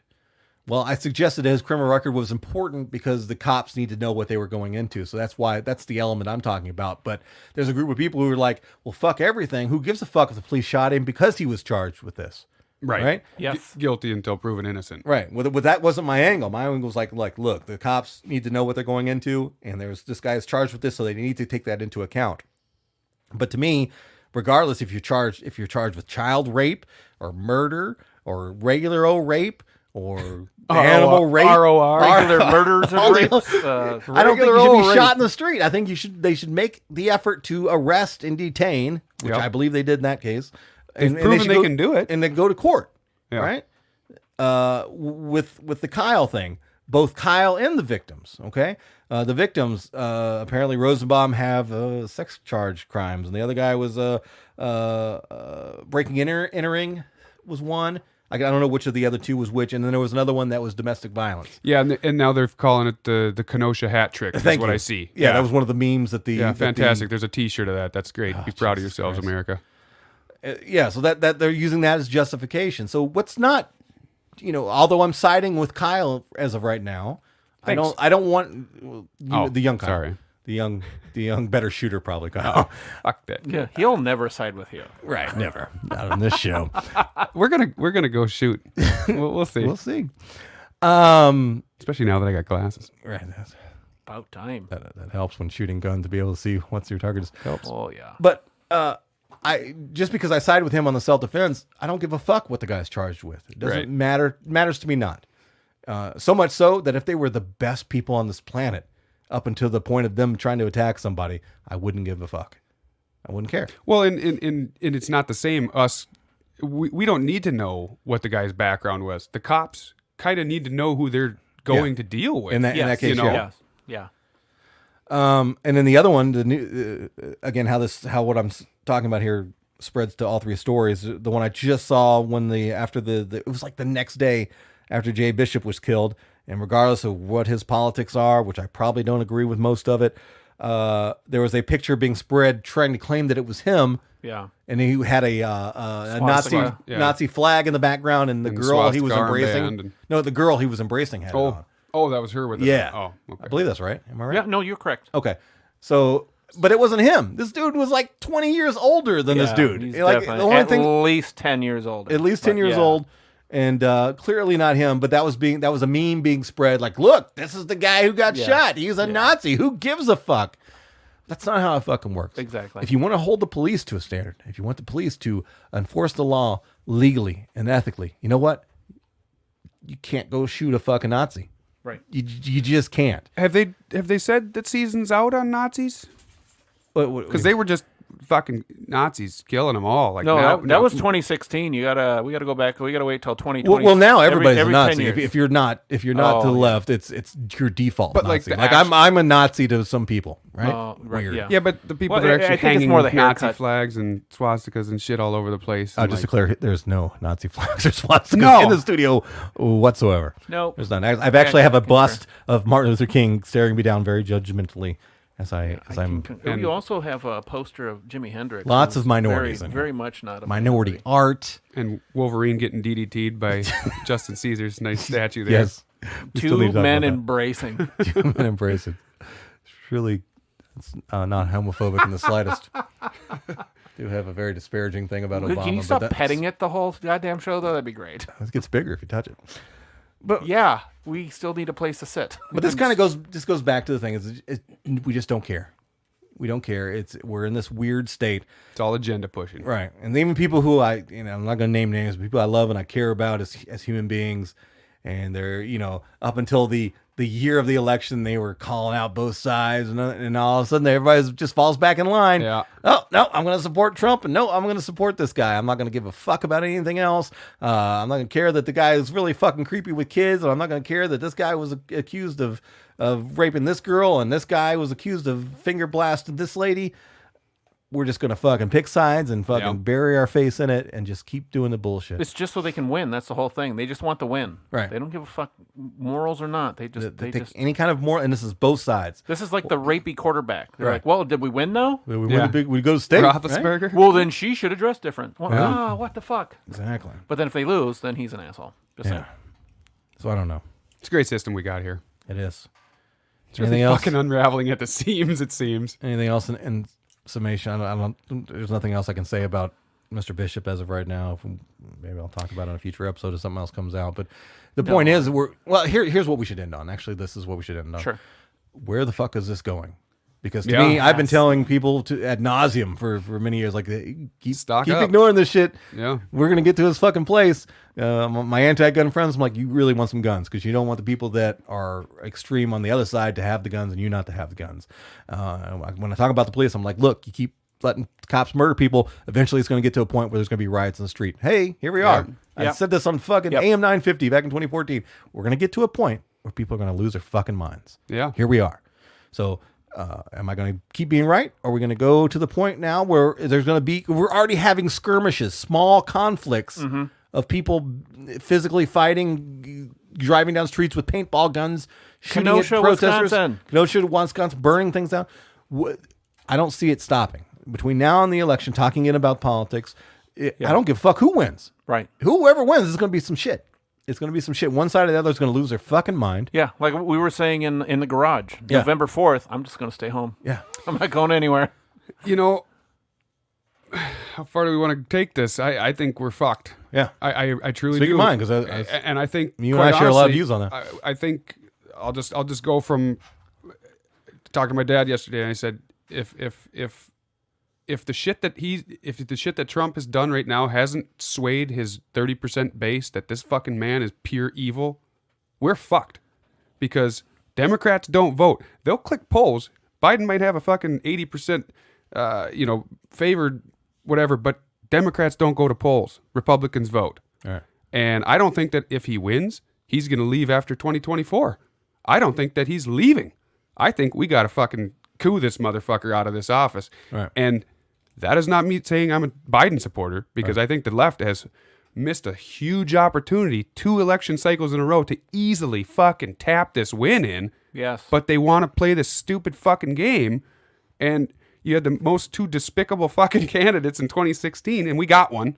So, I think we're in big trouble in this country. And I read these little memes that people post, and it's like, what, if you're international, what do you think of what's going on in the U.S.? Are you laughing at us? And like, there's all these people like, no, we're not laughing anymore. we're legitimately scared for you. Yeah. Like we fear for you. You guys are fucked, and you don't even realize it. Well, they fear for themselves too, because where Right. goes America goes the planet. Yeah. That's just how we positioned ourselves as a nation. We're sending a goodwill check. We're just gonna make sure that you guys are okay in there. What's that that check's called probably when gonna bounce, you though, send no. the cops to a neighbor's house because you haven't seen them in A welfare check. Welfare check. Yeah. Yeah. They're gonna send the UN's gonna send a welfare Canada's check. like, we're not going down there to check on them fuckers. I saw another good one. It said, living in Canada is like living next door to a neighbor that's car alarm's been going off for 4 years. Yes. And then the guy says, what do you think it's like being locked in the car? And that to me is like, yeah, because we can't go anywhere. Right. And nobody wants to reason with reason. Like, you can't reason with anybody. I mean, No. there's probably 30% of people out there that are like, think like we do. And then there's 30% on each side that are so fucking brainwashed and dickhard for their party that they'll legitimately look past putting our children in jeopardy, which sickens the fuck out of us. So I kind of am like, we kind of got whatever we got coming. We kind of deserve it. Yeah, that's why I say too. Sad as it is. As much as I don't agree with most of everything about Trump, he's the perfect reflection of our society. Yeah. You know, both sides. Sadly. Yeah. True. Yeah, good point. He is what we've devolved as a society to this. There's no minutia. There's no middle ground. There's no gray. It's either yes or no, up or down, left or right. That's what you fucking get. That's what. Yeah. That's where we've gotten. Yeah, And, the world's falling to shit. Hey, did you see my Twitter that got Yeah. so many likes? Like, tweet. motherfucker. And then also the politics before everything, your side before anything else, regardless of who wins or who stays for how long. We can't keep down this path of the picking sides thing, the tribal Right. thing. That's what's going to drive us to literal destruction. Yeah. To Divided literal we destruction. fall. If we're by the end of November, if we're not going to be fighting in the streets between November and January 1st, if we're not at some kind of war, some kind of multiple breakouts of combat within these different areas after this election, we're this close. Yeah, We're, it'll be a we're miracle. pinch away from it, and it's going to happen. We've got to find them. We've got to have humility, number one. We've got to drop this fucking ego thing, Yep. and we got to fucking care about everybody for a minute and kind of fix this. Yeah. Because the people who each side are pointing to as the problem, right people pointing to the left pointing to the right, it's not going to hurt them. I think, in my opinion, they want this. They want the breakdown of society. Sure. Because then that just gives them all the carte blanche Yep. to make laws, make restrictions, and really lock this motherfucker down. They want a societal collapse because there's a lot of profit in rebuilding a society. And I think that's where we're going.